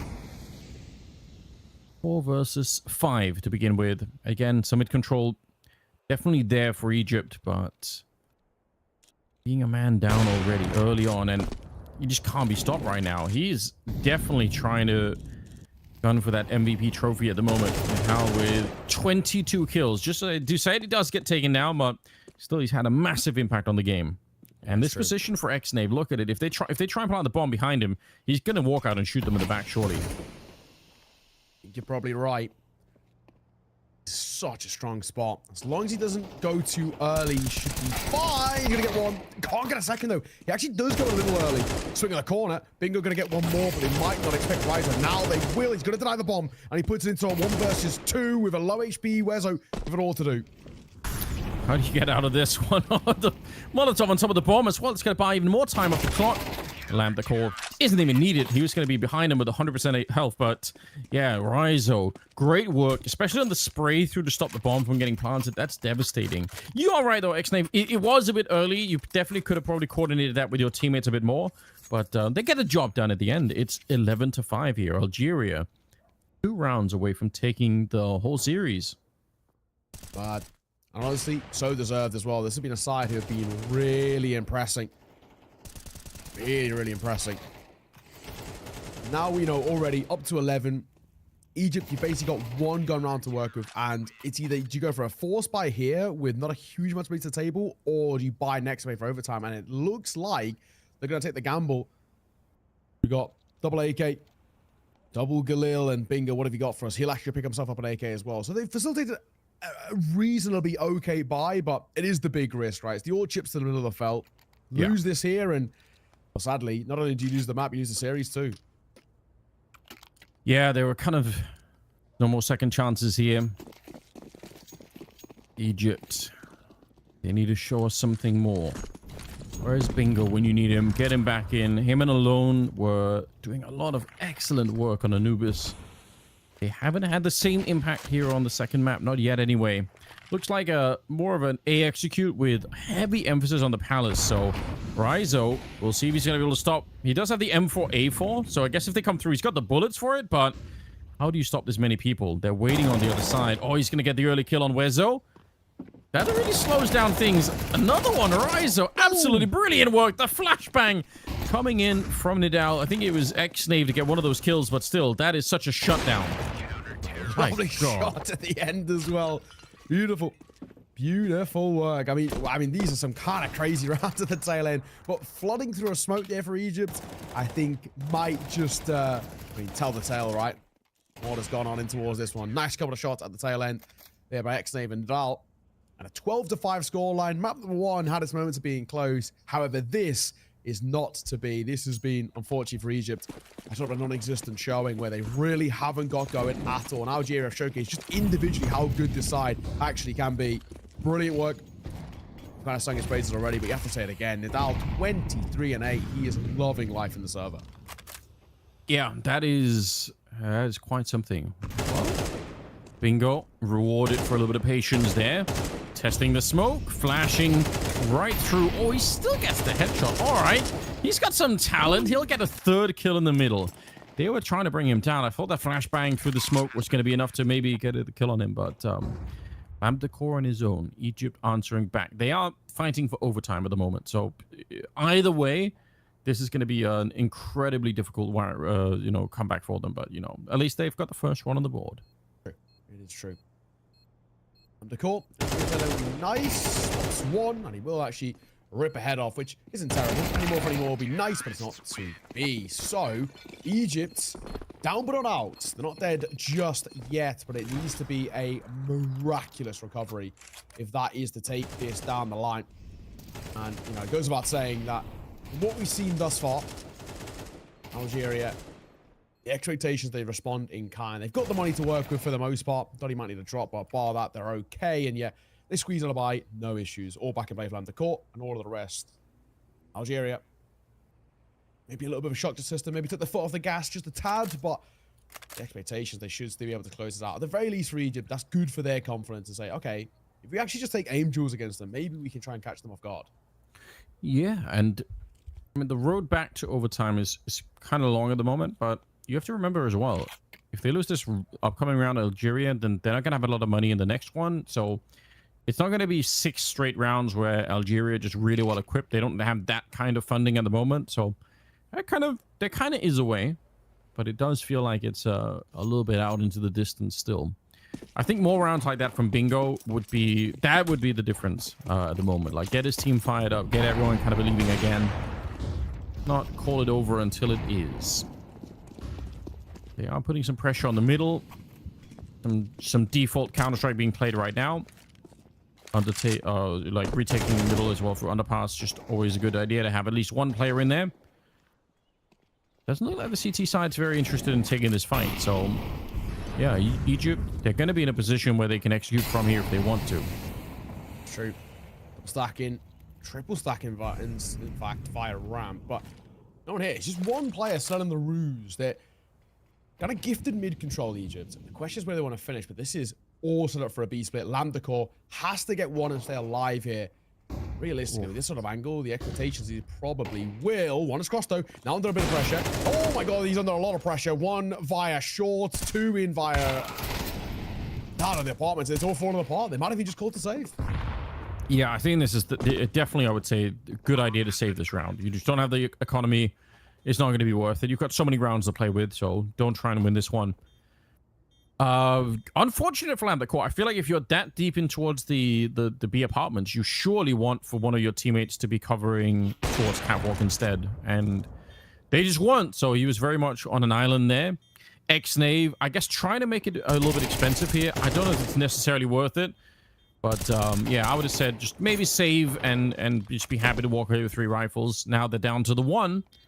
That's helping out Egypt a lot. They're going to be up to 7 rounds, but the economy for Algeria is going to be really brutal. It's not going to be an easy spot, right?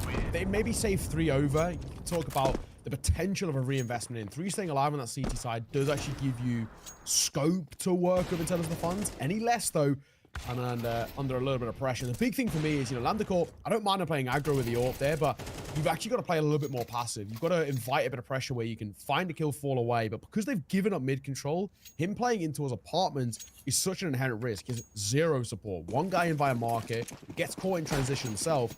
If you're Lamdakor there, the best way to go about it is probably play that truck angle where it's a bit of a head glitch. And at the very least, the short players can't see you until they're on site itself.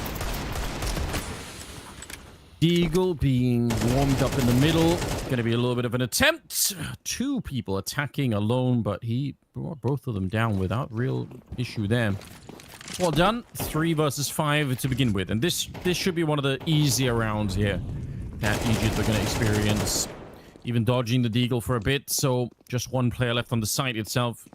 He's Nadal, but I think even at that moment, like, even if he gets the 1 headshot, he's surely going to get traded out. So, quick round. Egypt going to be up to 8. They're walking it back slowly. I mean, it's happening. Again, every other round is going to be a round where Algeria just won't have that much money. So, there is a way back. Yeah, I mean, honestly, this is the exact kind of right way to approach this if you are Egypt. You've basically just got to take it 1 round at a time. You cannot really do anything less, right? I mean, there's no point thinking about the bigger picture or the kind of the scope of the comeback needed. You've got to take it a round at a time. Have the confidence that you can sort of back yourselves in these engagements. And so far, that is working. Right now at a 12-8 scoreline. It's a 4-round deficit, which is still pretty massive, right? All it takes is 1 hiccup from Egypt. At the same time, give themselves scope to think about the map itself and think about potentially pushing this towards overtime. You spoke about it. That seat-stat economy, it's so fickle, so easy to break. Might be a world in which they can do exactly that. But there is going to be a reinvestment now coming through for Algeria. Another buy back in. And for the most part, the gun rounds out for Algeria, especially on the CT side, have been pretty clean. Yeah.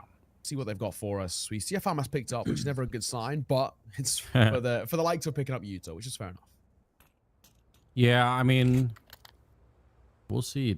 Closing out games sometimes can be kind of awkward. Like, it's almost like an art unto itself. Is one thing getting to the 12 rounds, but just finding that last one. How do you do it? How, like, do you want to take the extra risk, or do you kind of trust in the fundamentals that brought you to this place?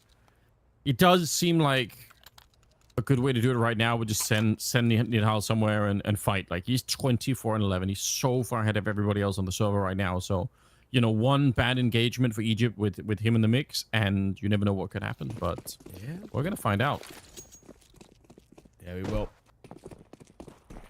See though. Let's see. There is very decent buys come through for Algeria. They lack a little bit of that long-term util, so if they're forced into a retake, they might have to just rely off aim duels alone, which is never good, but yeah, see. You're right. Flash over. It looks like they want to finish towards A here, Egypt. I don't mind this play because there's actually a pretty limited amount of control here for Algeria. They're kind of gifting them early ramp. Okay. Some smokes are coming up right through. He just goes for it. Oh, but the spray through the smoke is even better here. Nidal is absolutely finding the right angle. The bomb is going to be planted on the other side, but he's done so much damage already here. The 4-on-4 is in effect. The bomb is planted once again as Egypt are looking to take another step towards overtime and pushing into CT. Spawn of the spray down is magnificent. It's going to be Lamp the Core shutting the door on them here, and it's just bingo 1 versus 2 to try and hold on. He does get the first one.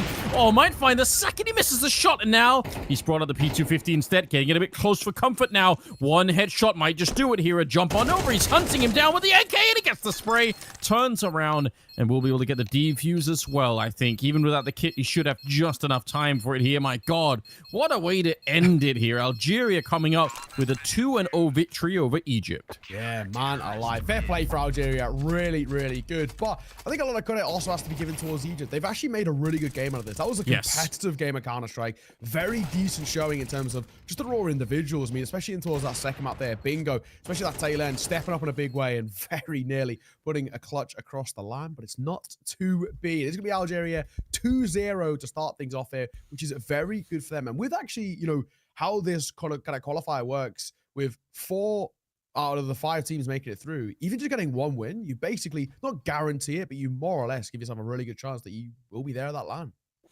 Yeah, I mean, just get a step closer for Algeria. Definitely a huge W there. You've got to say again, like Nidal at the end and throughout the whole game, really just showing himself to be on a different level. So look forward to seeing him, you know, play on a little bit more. For Egypt, obviously, they have another game coming up still against Nigeria, so they're not done playing for the day. But I don't know, like especially on the first map, obviously they could have definitely won that map, and we would have been on Inferno. There was a way to do it. Yeah, there was. There absolutely was. We were heading, of course, in a second. I think we're going to be joining with an interview. I think Ryder's going to be joining me for All that one. right. So it'd be cool to kind of pick their brains off the back of what was a pretty interesting series. You know, that map number one, especially the first kind of what we're talking, even in towards like 15-ish rounds, it was very back and forth. But it was just that tail end that Algeria picked up a little bit of steam where at least Egypt kind of felt like they took their foot off the gas a little bit. At the moment, though, we look at this and say it's far from game over, right? Like you said, they got another game against Nigeria coming up. However, lose that for Egypt, and then I think they're in trouble. If you got 0-2, I think mathematically you're in trouble there, unless it comes down to kind of round differential. Okay, yeah. So I mean, it's early on in the qualifiers, but yeah, why would you want to put yourself on the back foot like that? Like try and get yourself the best position early on. Yeah, it's still just only day one. We've obviously got more Counter-Strike coming out from the North African region tomorrow. Today we've got one more best of three still up, which is going to be Egypt up against Nigeria. I think tomorrow it's Ghana versus Tunisia, and then Egypt versus Ghana. So we got we got some great representation throughout. Best of threes as well. It's kind of nice. I like that for qualifiers. True. Everyone's getting like a really good chance to do something. Yeah, and there you go. There's tomorrow's matches, perfectly timed. Yeah, Ghana, Tunisia, and then Egypt versus Ghana. So all in all, very, very cool. I mean, where we put ourselves now as well for the Algeria side, it's a really decent kind of showing they've got. And of course, simultaneously, while we're going to be covering the Egypt-Nigeria game, Algeria are going to be playing Ghana. So there's a world in which I think if Algeria win two, they guarantee that they make it to the LAN. Nice. All right. So they could have themselves a really great couple of days here. That would be exciting. Yeah, we're going to be seeing everyone in Morocco, which in Casablanca. That's city I've never been to, country I've never been to. I'm excited for that. I think that's going to be a really really fun time to see some more Iesf matches coming up. We're trying to see if we can land one of the players for a bit of an interview if they're around. Maybe they just picked up their headsets and walked away. That happens sometimes. But if they are, then we'll try and get them on the call just to get a bit of a chit chat with them. Obviously, we don't know the players too much in depth, so any kind of interview like that would be cool. Yeah, it'd be cool to just take a look at kind of basically what the vibes are, over there for them. We had a very decent showing, but it'd be interesting to kind of pick their brains.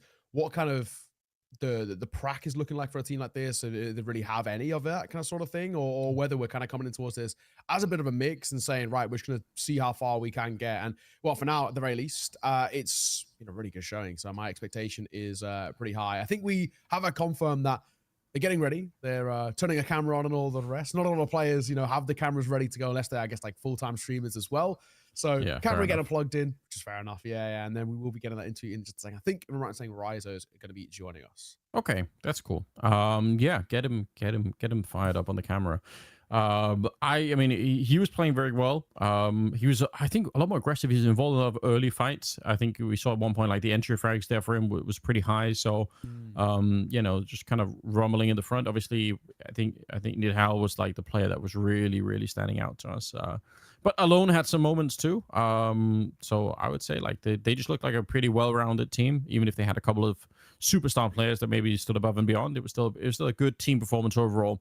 To begin with here. Didn't even get to see Inferno, unfortunately. Third map was denied, but that's just what it is. But I'm curious if they were, how they felt about that Anubis map pick, because that got really, really close. It did as well. And also just to mention for those who are maybe keenly following, because we have so many games to be played here and actually just a kind of short amount of time, just a couple of days. We have multiple games happening at the same time. While we were on stream, Tunisia are also playing against Nigeria. Okay. And they beat them 2-0. So there we go. I think we'll have Rizo joining us in just a second. I think we've... Hello, everyone. There he is. Hello, Ryder. Thank you, first of all. Thank you very much for joining us, mate. How you doing, first of all? Doing pretty fine.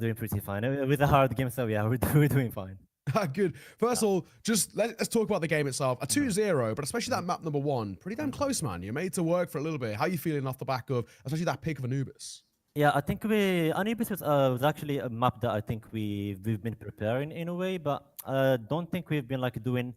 We didn't have a good start at the beginning. We were losing 8 rounds. We were like giving them, I would say, easy rounds, and we kind of woke up a bit late, and we figured out what they were doing. Like we knew they were playing a bit slow. We knew they were trying to execute usually late round, so we tried to counter them before they tried to do anything.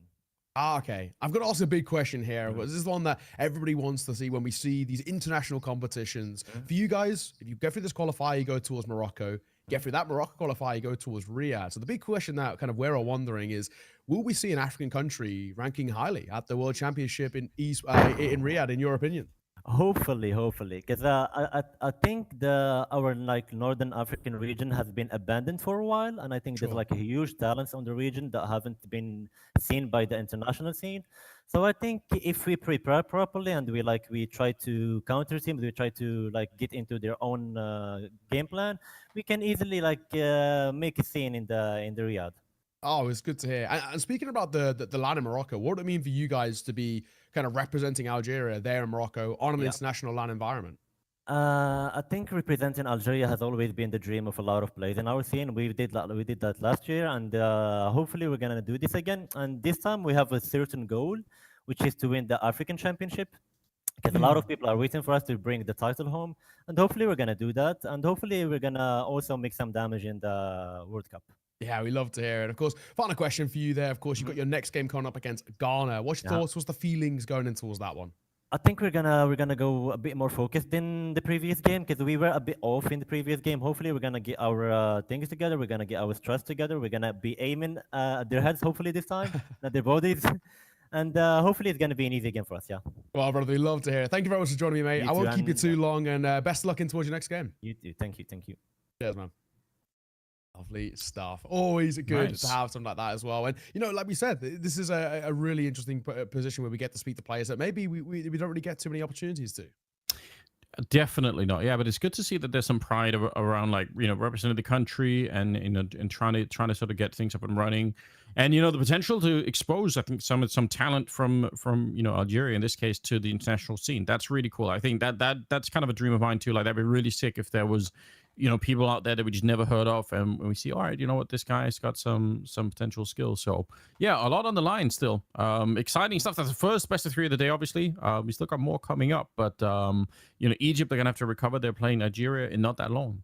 Yeah, exactly that, right? This is where, at least now, I think we've got a little bit of an extended break, and a 45 minutes to an hour before we're back on cameras, before we get underway into that one. I think, you know, we have to look at this and say, basically, for Egypt, they need to mentally reset, take a little break, breathe, go for a walk, or of the sort, and just say, okay, we can shake it off. Nigeria just picked up a loss too, so at least for them, they can think, right, Nigeria have lost, we lost, but maybe because our game is a little bit closer, we can make something out of it. That is the question. But we're going to have to find out, Anders. At least for now, we're going to throw this one to a break. When we are back, we are going to be getting underway straight into the pregame for that. But that'll be in about 45 minutes time. So, ladies and gents, you can dip away, grab yourself some lunch, some dinner, wherever you are in the world, grab something to eat, and we'll be back with some Counter-Strike action in just about 45 minutes. See you soon.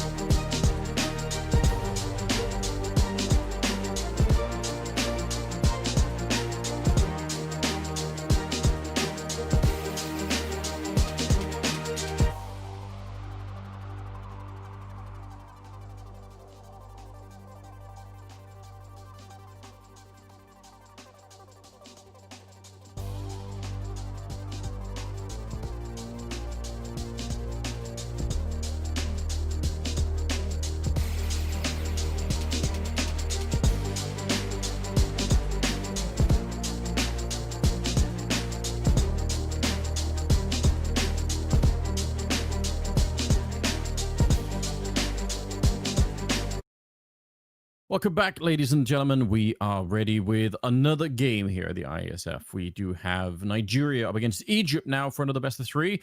Nail, how are you doing? You ready for this one? I'm ready, man. I'm ready. You know, we had a nice little 45-minute break. Good time for us to grab some lunch. In that time, you know, I went into town and, you know, feeling in the mood, being South African, I found some biltong in town. So I'm kind of really getting into the mood and the groove here. Nice. Ready for this one. But yeah, you know, there's a few different things to talk about. We look at what we just saw of Egypt. It actually wasn't a bad series out for them against Algeria. No. They actually, at some points, we definitely were talking about the potential of actually taking that map number one. They weren't able to do so, lost out 13-10, but there's a lot of close rounds at the tail end. They've made that very competitive against what is a very decent Algerian side. However, and now we were just talking about this a little bit off the back, off camera, Tunisia played Nigeria simultaneously. Yeah. That one didn't go so well. It was a 13-0 both maps. Damn, that's crazy. So they didn't even get on the server at all. Like they No. just got rocked on that one. That's a brutal way to start the day. And now they have to play what is, you have to assume in contrast, probably going to be a fairly well-rounded Egyptian team. So this could be an interesting best of three, or it could be very one-sided. We're going to find out. We're learning on the fly, really, which is exciting for sure. But yeah, what a prospect for the Nigerian squad. Yeah, and I'm pretty sure if you go 0-2 down, especially now with round differential being -26 for Nigeria off the back of that first game, Yeah. I think basically any sort of a loss here, and they're actually done, right? There's no two ways about it. Even though Egypt did pick up a loss, I think it goes without saying, from what we saw, actually a pretty decent series against Algeria, for us, they kind of come in as the favorites in this one, I think, pretty handily. I mean, it's hard to really make a conversation about Nigeria being any sort of a favorite or any sort of a kind of a chance when you get the double 13-0'd. So I want to give them the benefit of the doubt in the sense that we haven't seen them yet, but it's not a great start to the tournament. It's not. Yeah, I mean, we're gonna have to be persuaded. Otherwise, maybe it's a wake up call. Maybe they have something more to show us. Maybe the maps are going to be different, and that can make a bit of a difference. But for sure, it's a rough start to the day. We are covering the North African region, in case anyone's wondering. So today is the last best three we have, but tomorrow we've got Ghana versus Tunisia, and then we've got Egypt versus Ghana. So we're kind of getting almost everywhere. Even I think covering some, a little bit deeper into Africa as well. Of course, all is going to be qualification for the land portion, which is going to be in Morocco, in Casablanca. So that's going to be really exciting. Again, we're managing to spot like local talent, and obviously we're getting some love into sort of the local Counter-Strike scenes, which is really cool. And it's all going to be culminating in Riyadh at the end of the year. So we're going to have like this whole like giant funnel into that one event. That's going to be sick. Yeah, exactly that. And of course, we did see a couple of individuals actually really step up for Algeria. Lambda had a really good couple of moments. Needhal with that AWP, especially Mirage, looks very, very solid. So there is now some names that are starting to kind of catch our attention. Over on the other side as well, for Egypt, they had a couple of moments too. Alone looked pretty decent at times. Bingo had his moments too. And the expectation is coming towards this game that we are looking at the same sort of thing. But there's no two ways about it. In this sort of a matchup, it feels slightly one-sided. But it's not the be-all and end-all, is the main thing. And of course, simultaneously with this game, we have Algeria taking on Ghana too. And for Ghana, it's a good opportunity. It's their first game here in the tournament, so they want to kind of set the tone. But a pretty tough side. Algeria looked good. Yeah, they did. Both some of the individuals, but also just as a team. We got a chance to talk to one of the guys, right afterwards. And they seem like they have a little bit of focus and understand the game. So yeah, so schedule here, as you can tell. I don't know. I mean, I thought Egypt looked like at least they could have won the first map. Like that looked super doable. Who knows what would have happened on the third map? But Anubis seemed like their home ground for Egypt. So wouldn't be surprised if we're going to see that once we get to the veto part of it. Yeah. Other than that, like, have you ever been to Nigeria? Have you ever been? I've stopped over there, but I haven't spent time. My family have though quite a lot. I mean, I've got a lot of friends obviously from there as well. So I've heard good things. I've heard really good things coming through. Lagos, I've heard it's actually a pretty awesome place. I got a lot of friends who are actually born and raised in Lagos as well, and they always say it's pretty cool. Nice. Okay. All right. So you got a slight little connection there.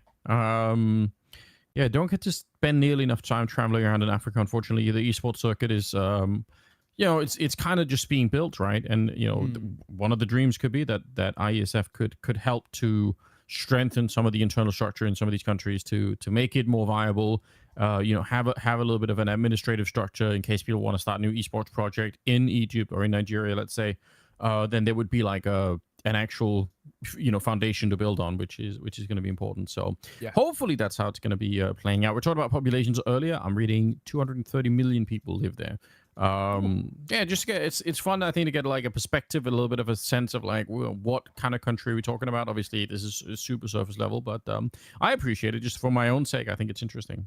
Yeah, and I'm pretty sure, from my understanding, as a city, Lagos, the capital, is pretty insane in terms of their population as well. I know it is kind of like in towards I think it was somewhere in around kind of the 20 millions as a whole for that city. So it's a pretty big place, which also could mean for the future some decent Counter-Strike talent. You never know, right? When you got numbers like that, there's always maybe a world in which you can find a couple of real gamers in the city, in the country. So we hope, right? And this is the really good thing, right? For Iesf, it's really opening doors for nationalities and countries that don't get that many opportunities on the international stage. This is a really good opportunity. I mean, how often do you get to say that watching Counter-Strike come through from Nigeria? We'll take a look at the Egyptian squad, however, and for them, we just caught them, very talented bunch. And I think, for what we've seen so far, they're a team that I'd actually love to see on a LAN stage.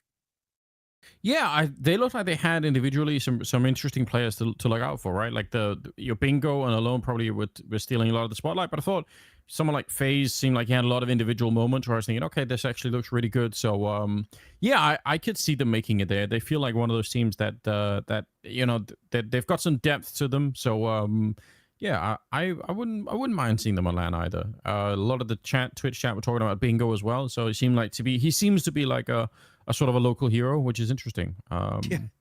Why not have that going on? If I got a chance to go do a LAN in Lagos, I would do it 100%. Like that seems like really fun. Sure. Let's go. Yeah, I've heard some cool things about the city, so that would be pretty cool. And this is one of the great things about esports. It gets to take you to some really cool places, and having the opportunity to go to a country like that, it would be pretty sick. I mean, I just got back from Mongolia, which was pretty awesome. True. Yes. Not often, even getting to visit places that you maybe wouldn't really even consider as sort of, I guess, holiday destinations. For Mongolia, I've heard bits about it, but know so little about it before I went, and then I've just come back, and awesome place. So I'm sure it'd be exactly the same for places like Nigeria. I mean, even coming through for Casablanca, Morocco. Never been, but I've heard very, very good things. We'll have to see. This is the Nigeria side for you, of course. We did get to catch these guys on stream earlier, so there will be a couple of new names, and one in particular that I love, John Cruz. Sick name. That is he's probably won the name round so far. It's a banging name. We've got Vlad, we've got Kazuki, we've got Matrix Sama, and we've got Digulos, I guess. Digulos, something like that. Digulus. I'm not sure. Digulus. I think Digulus sounds that sounds better. I like that. Works.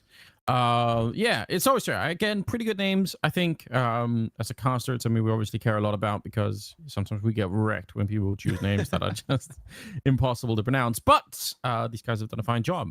Yes, that's the Nigerian squad. It's going to be interesting to see how they will play out. But you're right, like about the esports. I think it is interesting. It's fun to go to new places. I was in Bulgaria just recently. In Sofia, and it was so weird to me. I've never been to Bulgaria before. I thought once I landed at the airport, I thought surely I've been here before. Like it's I've been to Romania a million times. I thought there's no way that this is the first time, but it was. I've never been there. So really cool city. Well, I would recommend it. How did you find it? Like the capital city. I mean, obviously didn't go too much. I did actually go hiking on a mountain nearby. Sweet. All right. Yeah, it was really sick. But the capital city itself is also just beautiful. Really cool place. Would recommend. Nice. It's worth going. It's one of these cities that's been occupied in the past by like different religious factions, and that just makes it like really just got like interesting architecture. It's worth doing for sure. Okay, there you go. Yeah, so definitely if you're in the area, you should go check it out. As you can tell, the countdown is still on. We are just warming up into this game that's going to be happening, Egypt versus Nigeria here. Second match of the day, headed towards the Casablanca finals, which is it's going to be interesting. And like we said as well, just for those who maybe didn't join us for that first game of the day, the way it works here in this tournament, there is 5 teams vying for 4 spots at the Casablanca finals, as Anthony just mentioned. And already there's 4 teams locked into the Casablanca finals. We've got Team Morocco, of course, the host nation. We've got Team Mauritius, Team Namibia, and Team South Africa. So pretty damn cool situation for us, where some fairly decent teams are present. And as well for South Africa, they're a side actually who have caught on LAN. A couple of those guys played in a couple of the ESL tournaments through the South Africa qualifiers. So they're a pretty decent team. They play under the banner of Kitsune Esports. So for me, they're aside, not even just my personal bias being South African, but I want to keep an eye on them as they wait in the wings. And yeah, the basically the top 4 from this will be joining those 4. And it's an 8-team tournament. Pretty sick. Best of ones in the groups, all the way to a double elim bracket in playoffs, which are all best of 3, including the final. And from that, the top 3 make it to Riyadh. It's pretty sick, man. It's a pretty cool little year of Counter-Strike here for Iesf, and they really are getting some cool nations involved. Yeah, imagine that for some of these countries here, like going to Morocco first to play, but if you're in that top 3, you go to Riyadh to play the end of it. That's so sick, right? Like what a huge victory if you can get there. And quite a journey as well. So yeah, it's kind of slowly been built up over the years here at Iesf, but I've got to say, just looking at the internal structure that's being built behind it, like I think one thing is having the tournaments and having like the whole schedule going on, but I think what's happening inside of the country is really worth thinking about too. And it's fun, you meet some of these representatives from the different esports factions in different countries, and you can kind of tell that everyone has like the long view of it, like we build it now, but what's happening in like 4 or 5 years is also going to be important. So yeah, I think it's nice to see this being slowly built up from the ground. Yeah, let's take a look at the veto heading in towards this one. Ban going to come through from Nuke nice and early. I think we kind of spoke a little bit earlier. A map in which has not been very popular here, just in general, is Vertigo, funnily enough. And there it is actually banned immediately. It's a map in which just really hasn't been favored in the pro scene for a while. No matter whether you're on previous or post-patch, it's just the pros don't like it, really. First pick is going to be that of the DOS 2. That's actually picked out by Egypt. Nigeria get that starting towards that CT side. A little bit more favorable. Nigeria for them, I'm expecting probably a pick similar to what that earlier, which is Mirage. And yes, you're going to go exactly into that. But honestly, Egypt didn't look too bad on Mirage earlier, so it could be a little bit of a risk. Yeah, they maybe were slow to start, but they started to wake up a little bit towards the end of it, so it could be risky. Third map. Okay, they're going to be banning out Ancient, so I'm starting to get a little bit annoyed that people are banning out Vertigo as much as they are. I kind of want to see it. I want to get a chance to see what it's like in competitive play. So have you got to cast the new patch yet? No, not really. It's quite interesting. I can't lie. People are really still caught off guard. Over towards A with that Rafters position. People are really overlooking that a lot. Like I've cast it twice now in a couple of online tournaments, and yeah, people just forget it's a position. It's like that muscle memory is not trained yet. That's interesting. That's one of the things that I do like about this kind of thing, though. It's fun when the maps change a little bit. I hope they keep doing that. Valve, just make small changes, even if it's just like a box on a bomb site, but it could really change the dynamic of a game. So yes, hopefully we're going to be seeing that. Yeah, for me, the big thing that I'm looking towards here is, I guess in terms of the conversation about the veto is, or not the veto, I guess maps is, I want to see new maps, dude. We like at the moment, I have so many people, you might have an opinion on this as well, being, you've been in the game a little longer than I have, but a lot of people talking about bring back Overpass. Now, as somebody who was a viewer from like 2015 onwards, but didn't really get involved until like 2020, I always never liked Overpass, and I think it's kind of an overrated map. I think it's very nostalgia bias heavy, as maybe a little bit of like a new generation caster, but you are one of the OGs. What are your thoughts? You think, is there scope for a map like Overpass? Because when I personally remember is that when Overpass was in the pool, everybody hated it. Yeah, that's true. I think in general, people just grow to love whatever they kind of know, and people don't want things to change, right? But then when something's changed and it's been like that for a while, then everyone will say, oh, now we love this thing, and now we don't want it to change ever again.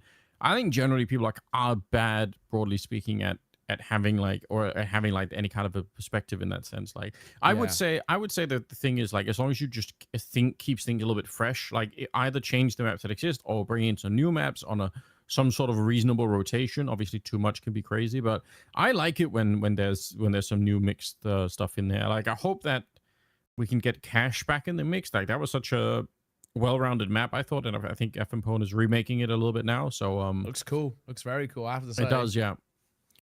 Yeah, it would be awesome to see Cash back in. That's one of the maps that I think, even with nostalgia bias, everybody agrees it was just brilliant.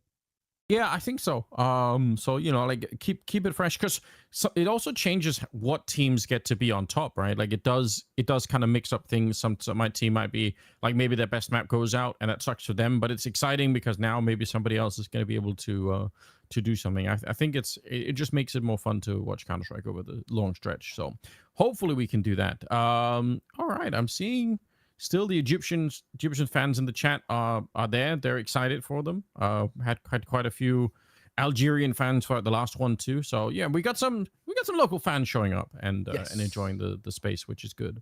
Pretty damn cool. I think as well, just as an FYI, we are going to have a little bit of a roster change to a degree for Nigeria. Yossa is going to be stepping in for Digulus in the server, and especially off the back of maybe, you know, back 13-0s, they've realize, all right, we're gonna make a little change here. We're gonna try and you know, adapt on the fly, which, you know, I'm a fan of. But hopefully we'll be getting on the way in just a second towards the game itself. Right now though, all eyes are really on Nigeria in terms of what the response is gonna look like. They need to show a bit of a better performance after what was, you know, sadly a bit of a no-show in that previous one. If we can get it going though, there is a world where at the very least Nigeria can open the door to a conversation here in this group. We are live, we are ready to get going. Let's go. Just two on your screens as Nigeria will be starting on that CT side. Egypt starting on the T side off the back of a pretty close map, or a pretty close series, I guess you could say.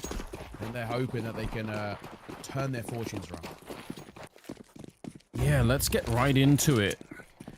John Cruz out on long, hunted down a low. Oh, the whole army is here. FaZe to follow it up, but the flashbang and two CTs caught on that long is not a good position to be in. Vlad also not able to land a headshot just yet here. So looks like for the minute here, it's certainly going to be a bomb plant. I don't think there's any chance for a retake. Bingo just running them right over. Egypt coming in with supreme confidence at the start of this game. Stop. Swinging in towards long. Nice and easy. Nice and simple. You know, John Cruz tries to get a smoke down to at least buy himself a bit of time, but he just gets caught in transition. As he falls, so does kind of the team. And smoking towards CT nice and simply means the round is taken. Egypt, the first on the board, is good for them. And still looking like a really solid side. I mean, we have quite high expectations of them. Nigeria, double scout investment going to come through for them. I don't hate that. A map like Dust 2 is kind of the perfect sort of grounds to really flex your muscles with those scouts. You've got to hit a couple of shots, and that's a nice one. Vlad will find his. Yeah, not badly done at all. Maybe a chance for another one. This is pretty bold, although I think it's always an interesting kind of conversation. Oh, failing to jump a little bit there with the boost up. It is kind of tricky in CS2, although I think they could have done it a little bit easier. But regardless, if you're the favorites, if you feel like you're going to be the better team coming into this one, you can make both arguments, right? Like, I guess it's like a personality difference, but some teams will say, okay, let's you know, let's have some respect, let's play to our strengths here, and some teams will say, you know what, let's run them over, let's just give them no chance. And if that's how Egypt are coming into this, I mean, it could be another really brutal game, right? If you just have that kind of confidence, you can just win really quickly. You know, personally as well, I mean, like I said, different mindsets about it, but I think these guys, as competitors, and with the stakes that are on the lines as well, this is an international land representing your country. For me, the way I would come into this is actually don't pull any punches. You know, you've got to actually showcase to other teams that, you know, we're no joke of a side. We have an idea of what we want to bring in towards this sort of LAN environment, and for Egypt, we want to be there. Just start putting a couple kills come through, make that biggest phase-wise one through the smoke, and that'll be that. But yeah, that's my mindset as we see that round quickly taken by Egypt. It's, for me, I'm looking at this and say, for Egypt, come in and actually showcase that you are the dominant side. You know, in a way, it's disrespectful to kind of joke around, you know what I mean? Yeah, I agree. Like, definitely just, you know, close it out as soon as you possibly can. Like, like you pointed out, there's a lot on the line here. And you don't want to get too overconfident, start having too much fun. So just kind of, if you can power on through, then more power to you. It's round number 4 here, and yeah, look at this.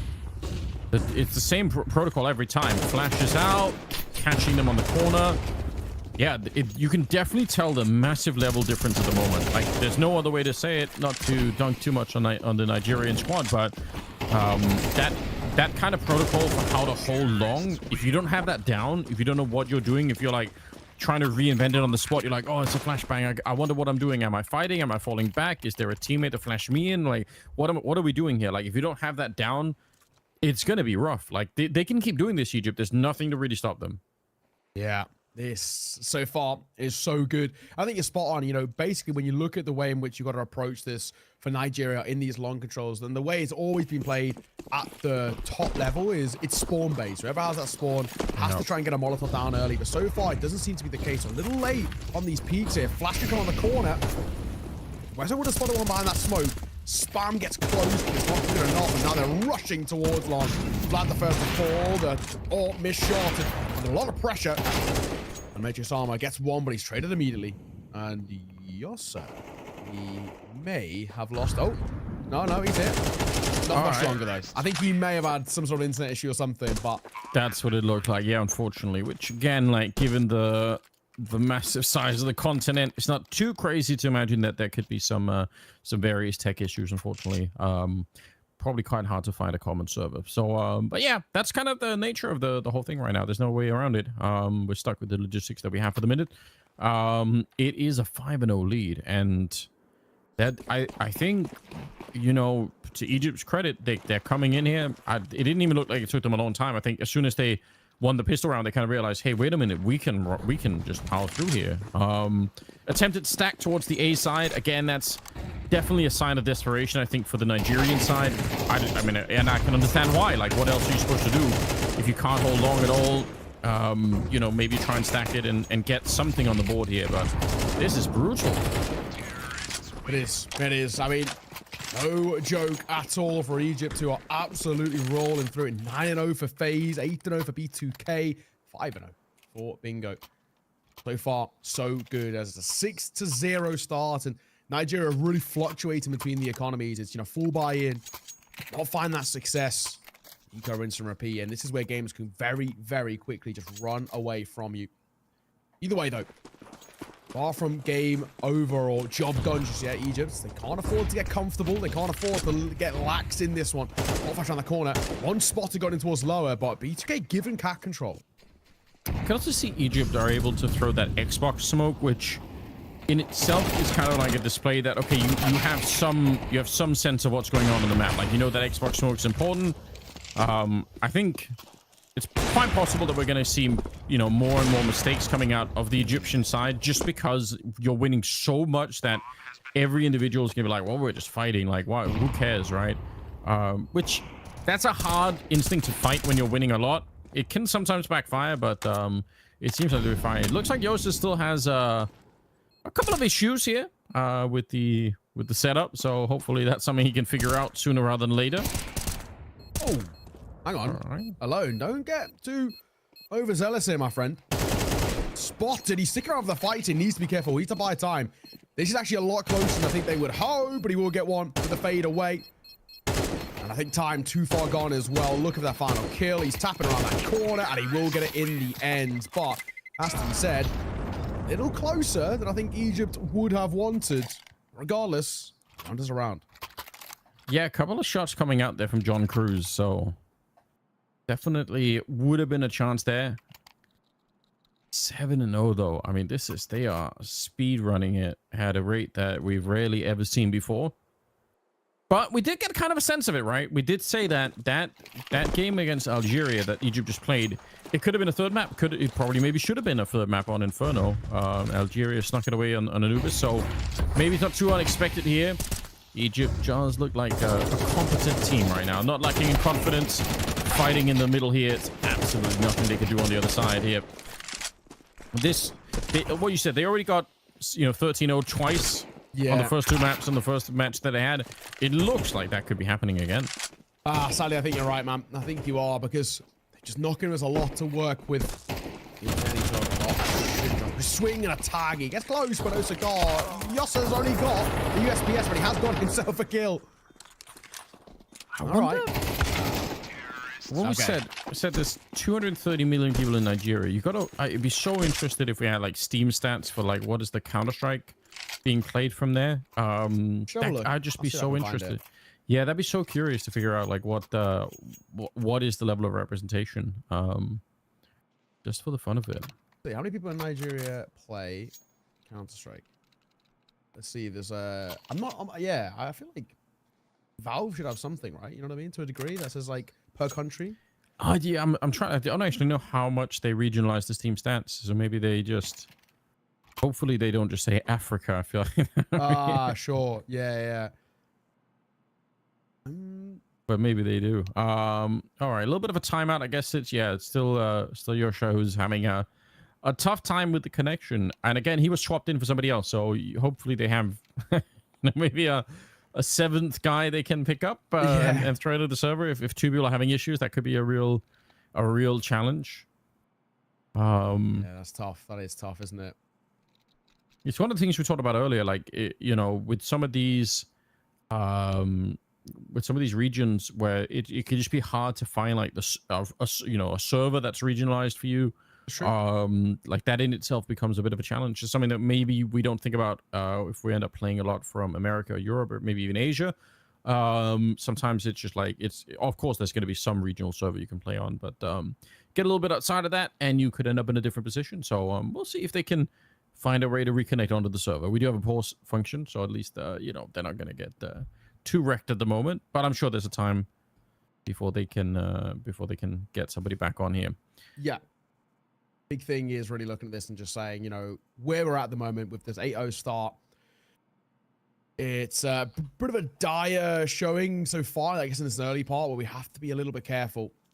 I think on the other side as well, we've got to look at Egypt. A couple of these rounds will be maybe a little bit closer than they would want, just in the sense that they're, I think, being a little loose, which is fair enough when you're 8-0 up, but you need to be careful not to let things fall apart. Well, things are going very, very well over them. Apparently, Yasha, not apparently, we can see he has issues with his PC, sadly. So, hopefully get him in. He was replacing Digulus. Yes. So maybe they can get him back on the server. Throw him in there. Yeah, we'll wait on confirmation. We're not in a hurry here. It does kind of feel like Egypt anyway are speed running the game. So, we'll allow for a little bit of a break just to catch up with everything. Shout out to you guys in the chat that are hanging out over on Twitch or on YouTube if you're following there. I believe it's been broadcasted in both places if you're interested. So yeah, it's nice of you guys to hang out. It's the first day of many still to come. You said there's a female tournament as well. That I think is really cool. I'm excited about that. Obviously, I was just covering the ESL Impact stuff not that long ago, but I think it's nice that that we're getting like that parallel run there. So I'm quite happy for that. Yeah, no, it's really cool. We have qualifiers, same sort of vibe here, where it's EU, Americas, Asia, and in towards Africa. I think Africa's 2 spots towards the main event in Riyadh, which is pretty cool. Pretty cool. And I think that starts a couple of days off the top of my head. Should be cool. Should be cool indeed. But yeah, so far, so good for the likes of Egypt. We do. Yosh is back in though, which is good. Okay, nicely done. Yosh are in, so hopefully he's moving, which is a good sign. I'm not too sure. I don't know if we can tell them, but observers, if you can hear us, let's look at the scoreboard. I just want to check out kind of what pings are looking like. If it's a little bit kind of one side, it's actually it's pretty rough, isn't it, towards Nigeria? It is the issue. I think when we saw the RMRs, there's actually a big point of conversation and contention there, where a lot of teams actually go in boot camp in. Like Dubai or places like that in the Middle East because they get better servers, and it's a bit of an awkward thing where sadly for Counter-Strike, I guess for Valve as well, there really just isn't the infrastructure that deep in towards Africa. I think you've got one server in South Africa and then it's all North Africa and towards the Middle East. Yeah, okay, that could be it's like 150 ping there. That was tough. I'm sure that's been a conversation in the past, but like that is a sizable ping difference. But we kind of knew that coming into it. Like that's unfortunately one of the things they probably have to fight your way through. So no way around it. I would say if you get onto like much higher pings, then at some point just buy the P90 or something like that.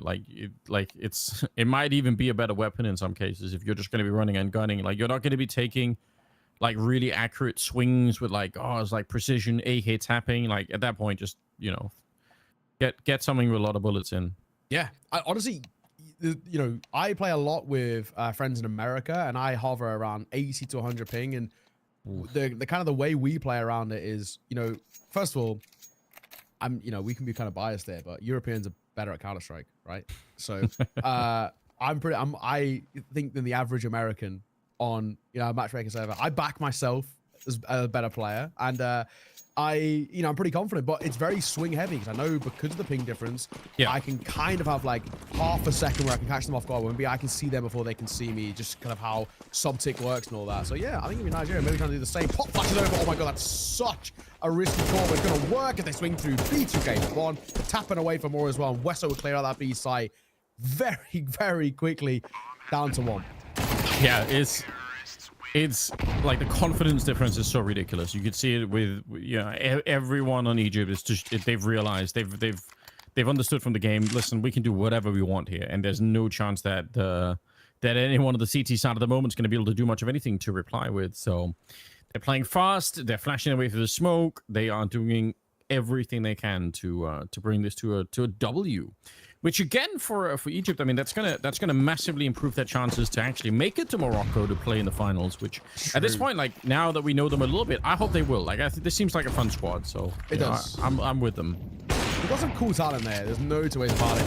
Oh, stuck in towards Car. Yeah, I was gonna say, right there, man. The second you miss that first shot, you leave yourself so vulnerable. Yeah. John Cruz behind the smoke will be spammed, and B2K gonna get a nice little 2K headshot at the end. Egypt 10-0. Nice start for them. They're just working on their like personal highlight reels at this point. It's like, get me in the mix. Like, hold on. Let me try and do something like that. This happens, right? Like this is this is also part of the nature of the qualifier, right? I hope personally that I get to kind of follow this Iesf project for a long time, because I'm with you, man. Because then the question sort of becomes, right? Well, can Nigeria field a better team, next season or next season again? Like, could there be like a bit of a different scenario there? So hopefully that's also just a story that we can we can talk about it now, but obviously hopefully that's going to be something that we'll follow later on. Yeah, I think, for ISF, we obviously were in Yash together last year. Really fun event. And yeah, it was. There's a reason why we're back, right? We love the project. We love kind of the idea around ISF. Yeah.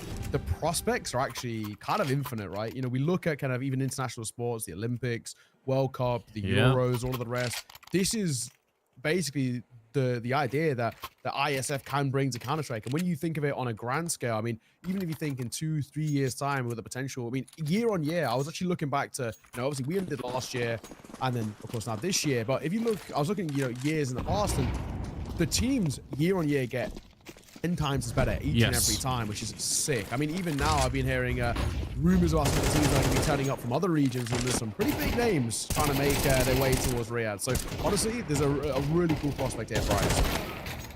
Yeah, I mean, I think people will notice that it's just going to matter more and more. Like, representing your country is a fun thing, even if you're like on a big team. Like, it is just fun to be like, okay, I'm going to try and see if I can do it for, for my country, and I think that's always going to mean something to people. So this time it is going to be a 12-0 first half for Egypt, as the last grenade will land, alone able to catch Matrix Summer at the CT spawn, and that is going to be the absolute blazing through that one on Egypt's side. There's not much really to say, not much to analyze, obviously, at this point in time. They're just winning really quickly.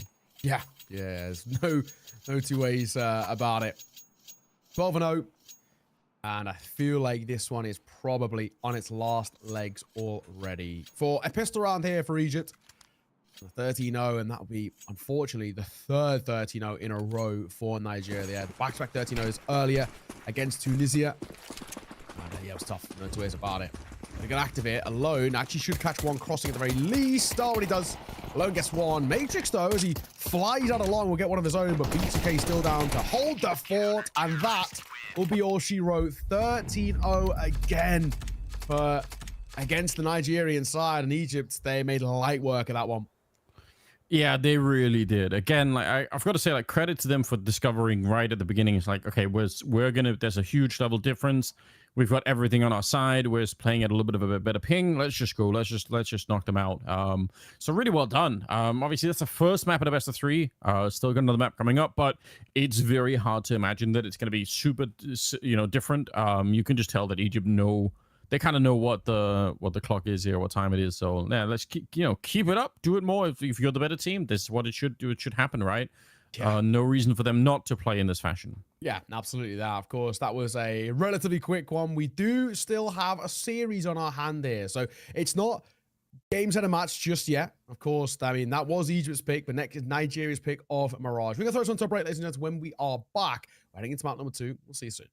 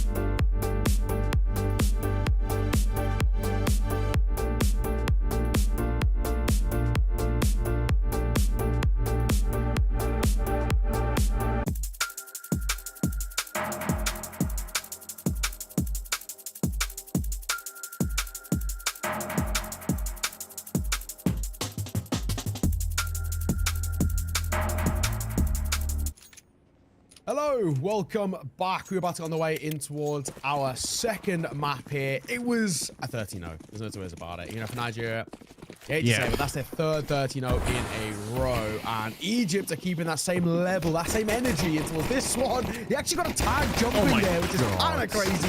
Yossa gonna get one with the Julies, but only. They flooded in towards the A site, and already Nigeria down to 2. And I think he lagged for a second there.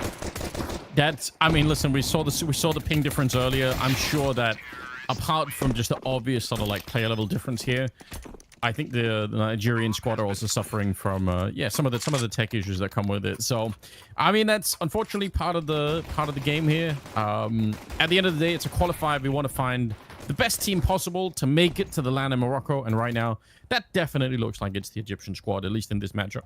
So, I don't know. There's no other way around it here. We can't really sugarcoat it too much. If you guys were watching the first map, then you know what we're talking about. If you didn't, and you're just joining us, a big welcome. But you're probably going to see more of the same.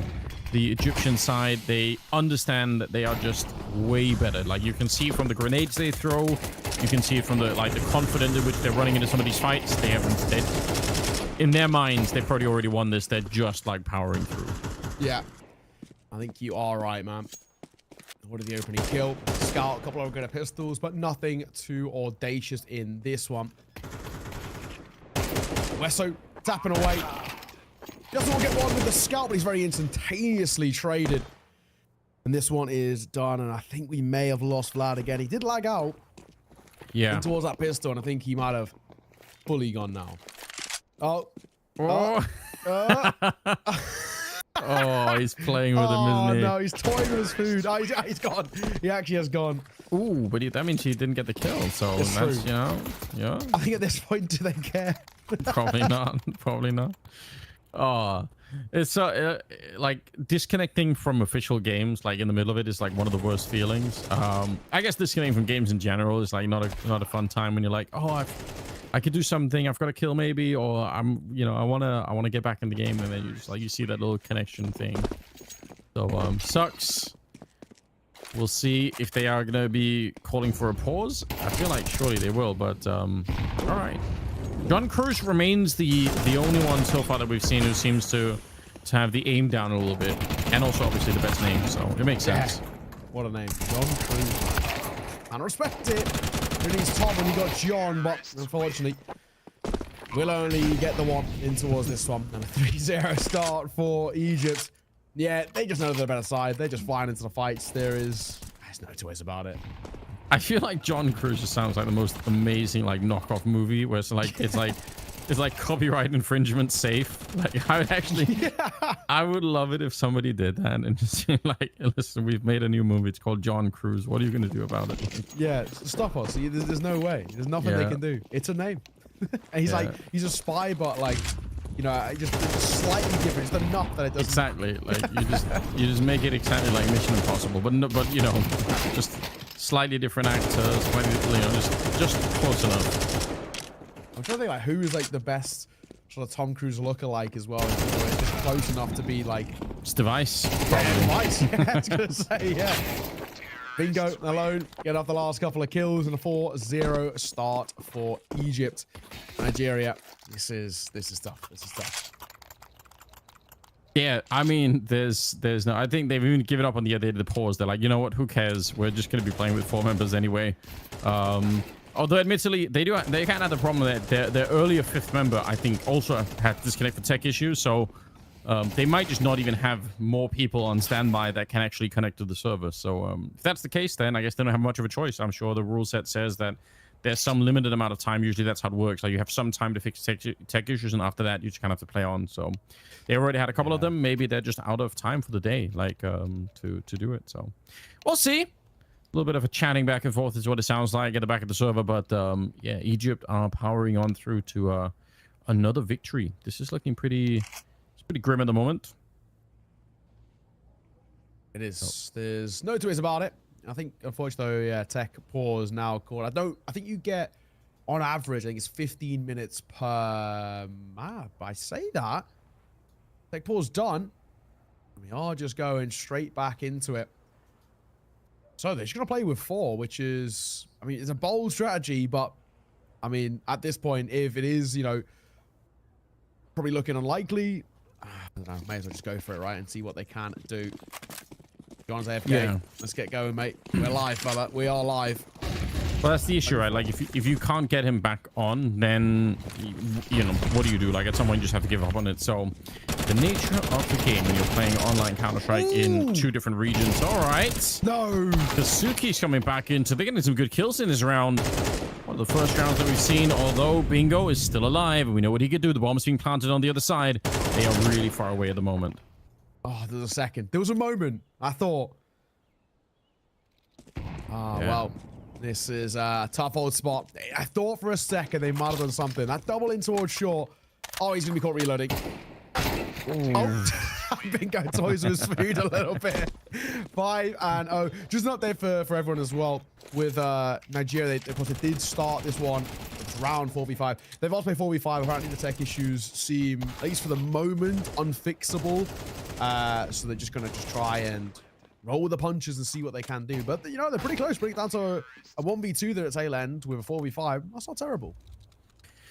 Yeah, get even individually, right? Like, you know, you're not going to be winning this game, but at least just for your own sake, like, get a couple of highlights in there, some memory that you can look back on and say, you remember that round? At least I had some sick headshots. Like, it's, you know, find the little victory sometimes, even if you know you're not going to be winning it here. Again, the flash setup and everything else, it is really, really overpowering. About to be a 6-0 lead here. So, yeah. Kind of lacking out on that 5th member is unfortunate. See if they looks like maybe they got him back on, right, potentially. We'll find out in a minute. But this is very one-sided. We can only say it in so many ways. It's true. It is very, very true. Good to know. Nice and simple, nice and easy. And well, for Nigeria, I think the mental state's probably a little bit fragile off the back of not only the opening map, but the opening series. Then they got 30-0 in both of those 2 maps, so currently find themselves 0-39 off the back of map number 1, which is tough. There's no 2 ways about it. You know, we can be kind, but it can't be easy. In terms of, it's supposed to be like a real tough day at the office, knowing, and also, you know, the externalities of player issues with being able to kind of get into the server and play, and ping issues on a 150 ping. It's tough. He fires spams in the smoke, but Westo spams back and he'll get his. Yeah, otherwise, I think, like, that's the kind of pickup I would be looking for here. Like, I'd be looking for an MP5, like a Bison or a P90. Like, again, if I'm having such a big ping difference, I think sometimes you just have to try and play to the advantage. I think once you get over, like, 300 ping or something, I think the P90 is even at advantage. Like, you might even be favored in some fights because you're just shooting around the corner half the time. Like, it's so hard for anyone to beat you. So, No, I'm with you. I think, honestly, having just, like, that mentality of, right, I'm going to swing into fights here. I'm going to utilize my, you know, quite substantial ping difference to my advantage. I think that's honestly not a bad way to go about it. yeah, just lean into it at that point. Embrace the madness. What did Littlefinger say? Chaos is a ladder, you know. There we go. Yeah. Just lean into it. Well, still good. Molotov is tickling the toes, and FaZe will see it off. 8-0. Very simple stuff. No 2 ways about it. Yeah, one of the I remember once seeing like a map of all of the fiber wiring, like the underseas fiber wiring that happens around the world, and obviously this is one of the big issues that you could be running into here, is that it might not just matter where the server actually physically is. What might matter is like, what is the round trip time, I believe the technical term for like the data to go through, right? So like, it doesn't help you if the server is next door in like Chad or something. Like, that's not going to help you at the States, because it might be that the connection still runs like halfway around Africa for whatever reason. So yeah, just a lot of issues that obviously we can't fix yet. You know, Valve is a rich country. I don't think they're putting down their own fiber optic cabling yet. But we'll get there one day, you know. Steam will just take over, become like its own ISP as well. Get it done, Gavin. Get it done, Gabe, right? Leader of the world, Gavin. Imagine if that's how Counter-Strike tries to beat like every other FPS title. They're like, well, we have our own proprietary fiber lines to connect, you know, worldwide, and you know, fine.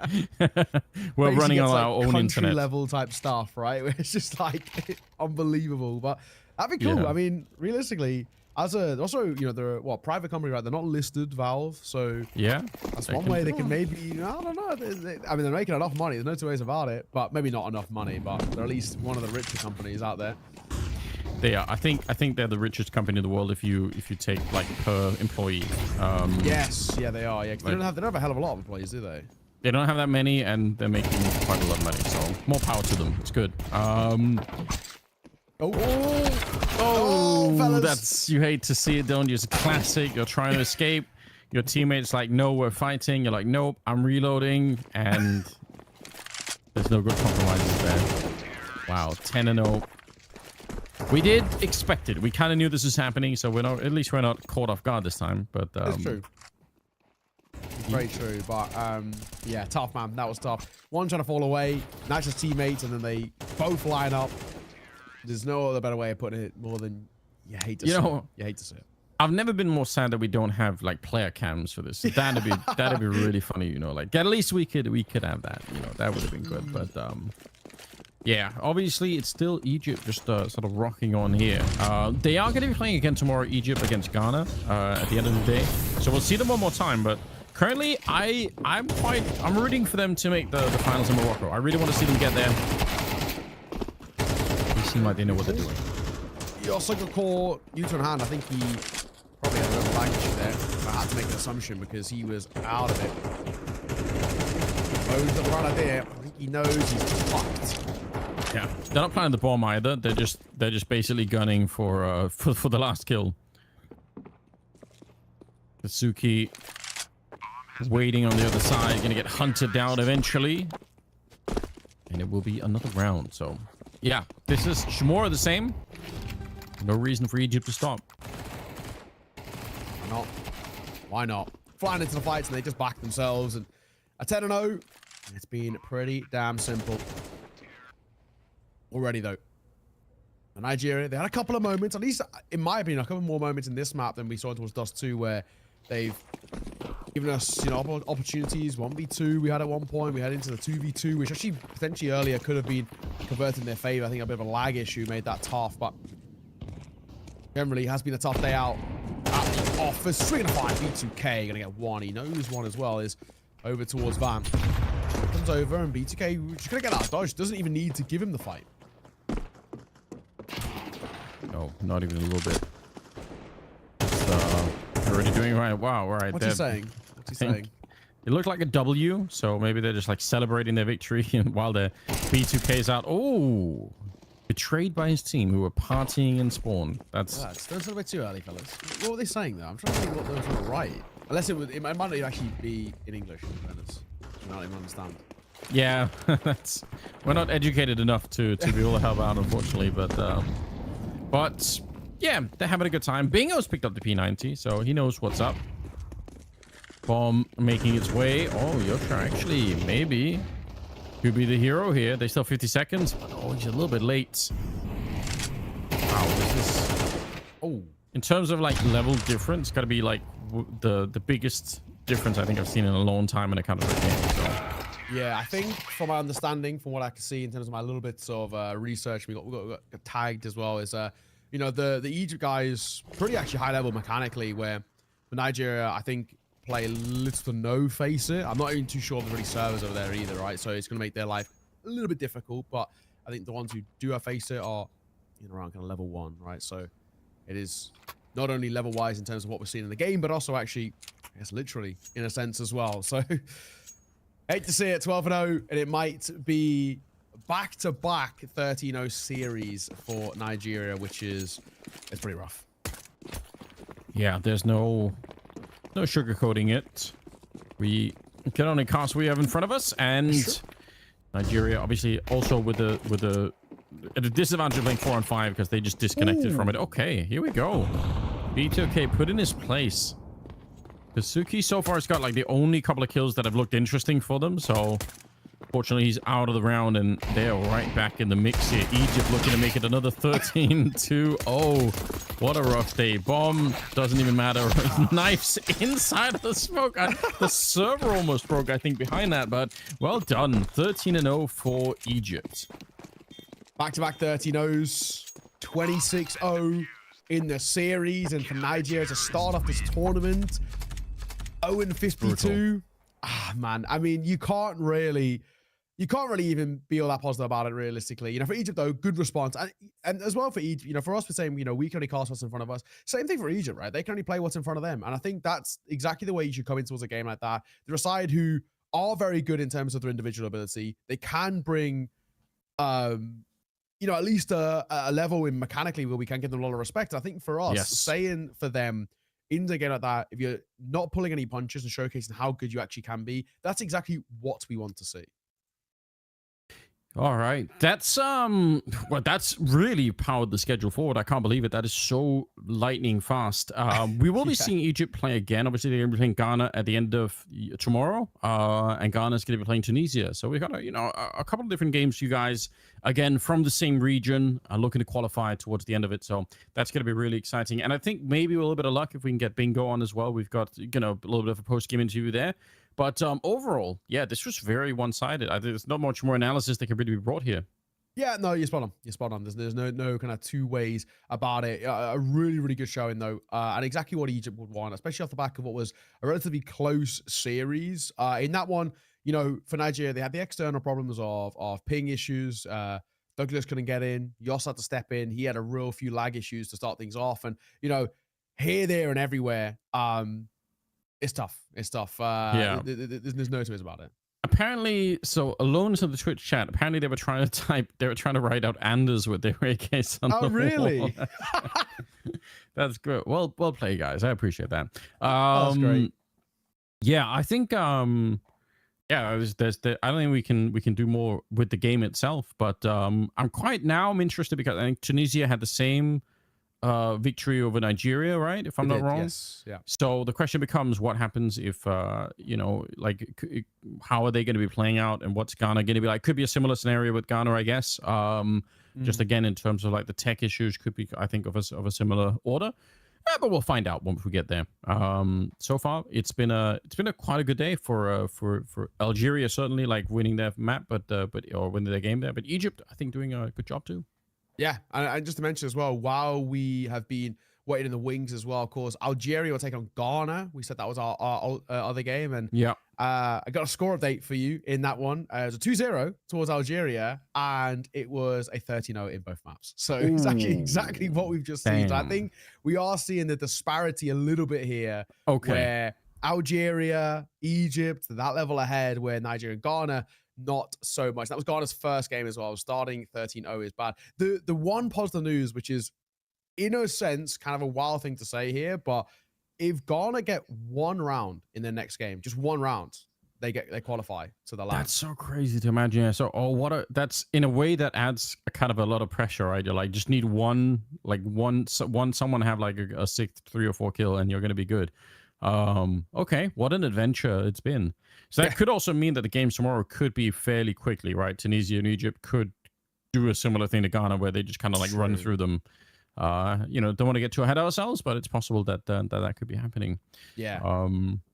We'll see. Hopefully we can get Bingo on. He was yeah, there we go. I think we've got him. Yeah, I think Bingo will be joining us in just a second for a little bit of a post-day interview more than a post-match. There's not too much. Bingo, brother, thank you very much for joining us. We'll quickly touch on it. Back-to-back 13-0s. You guys look like you're having some fun. How was that? I mean, just there's not a lot to talk about, but how you feeling off the back of that one? Yeah, I think it was a quick game. Really, there's not much to do. I think individual level we were better. We didn't even have to play do our strat or execute. But yeah. Nice, man. Nice, man. Of course, and talk about the game earlier as well against, you know, when we saw you guys, that matchup to start today, it was pretty close. Like 13-10 map number 1, and then a little bit more one-sided, I guess, in map number 2. But overall, that series, there's a decent competition there. Do you guys get many chances to play against each other in scrims or pracs or anything like that? We actually played only one time in a friendly match. But talking about the game earlier, we were really close to win Anubis. I think the technical issues we had with one of our players disconnecting kind of broke our momentum a bit. But yeah, it could have been a really easy closer to the game. But they also played really well. And Mirage also, we did start a bit rusty, but then we were getting close to making a comeback. And I'm pretty sure if we make it to the offline, we'll get our revenge from there. I'm a little bit curious. It's cool to see you guys play. Maybe talk a little bit about like what do you think it would mean to the squad if you guys were able to qualify and play the LAN in Morocco? Like, would you guys be excited to head over there? Yeah, sure. Actually, it will be our first LAN event together. There's been not much of LAN tournaments in Egypt recently, but yeah, I'm pretty sure the LAN, the experience itself is going to be different. Everyone being together. Also will improve and boost the mentality for everyone in the team. So definitely, yes, I think the LAN experience will be much better for us.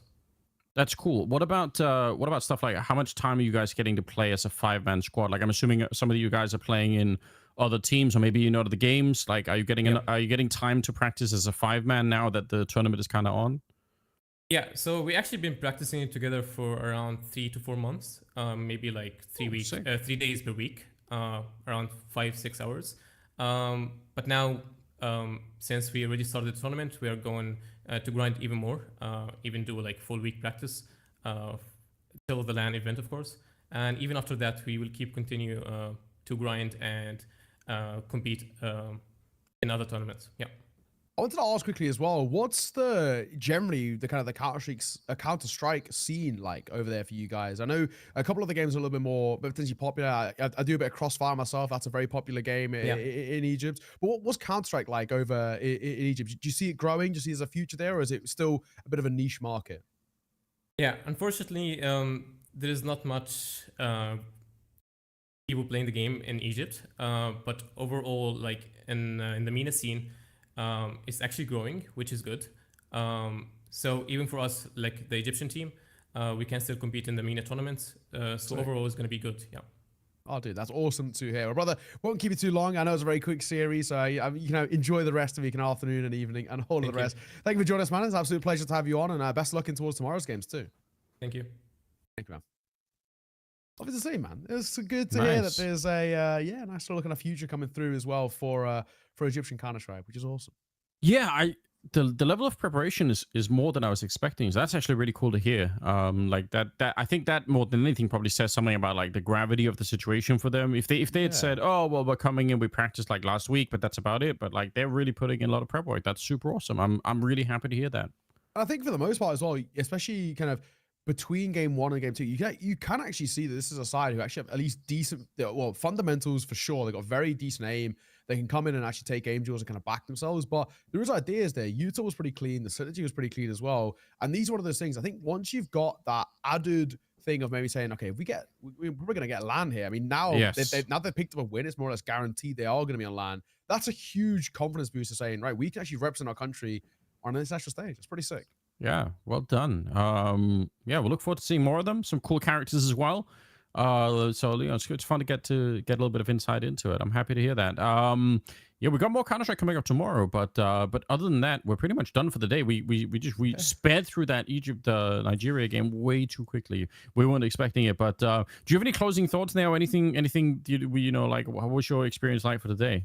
Honestly, pretty good, right? I think the big worry when you kind of come to maybe some of the smaller teams, I do a lot of the Asian Counter-Strike as well. And, you do get tech issues. There's big ping issues as well, especially, teams maybe from China playing against teams from like Indonesia, for example. So I find that middle ground. And we did see a little bit of it here, Nigeria, pretty high ping for them. But honestly, a really smooth day. And I think this is now the good sign. I've spoken to people in the past and even people who like, tournament organizers and stuff. And one of the things they always say with in places like Africa or places like Asia, is they're more than happy to run the tournaments. They just don't know if they have the infrastructure too. But now that we're having teams, for the most part, be relatively smooth in terms of running, and especially the North African Counter-Strike scene being pretty popular these days, I think we are starting to see some real positives. So hopefully, it's a sign of a pretty bright future.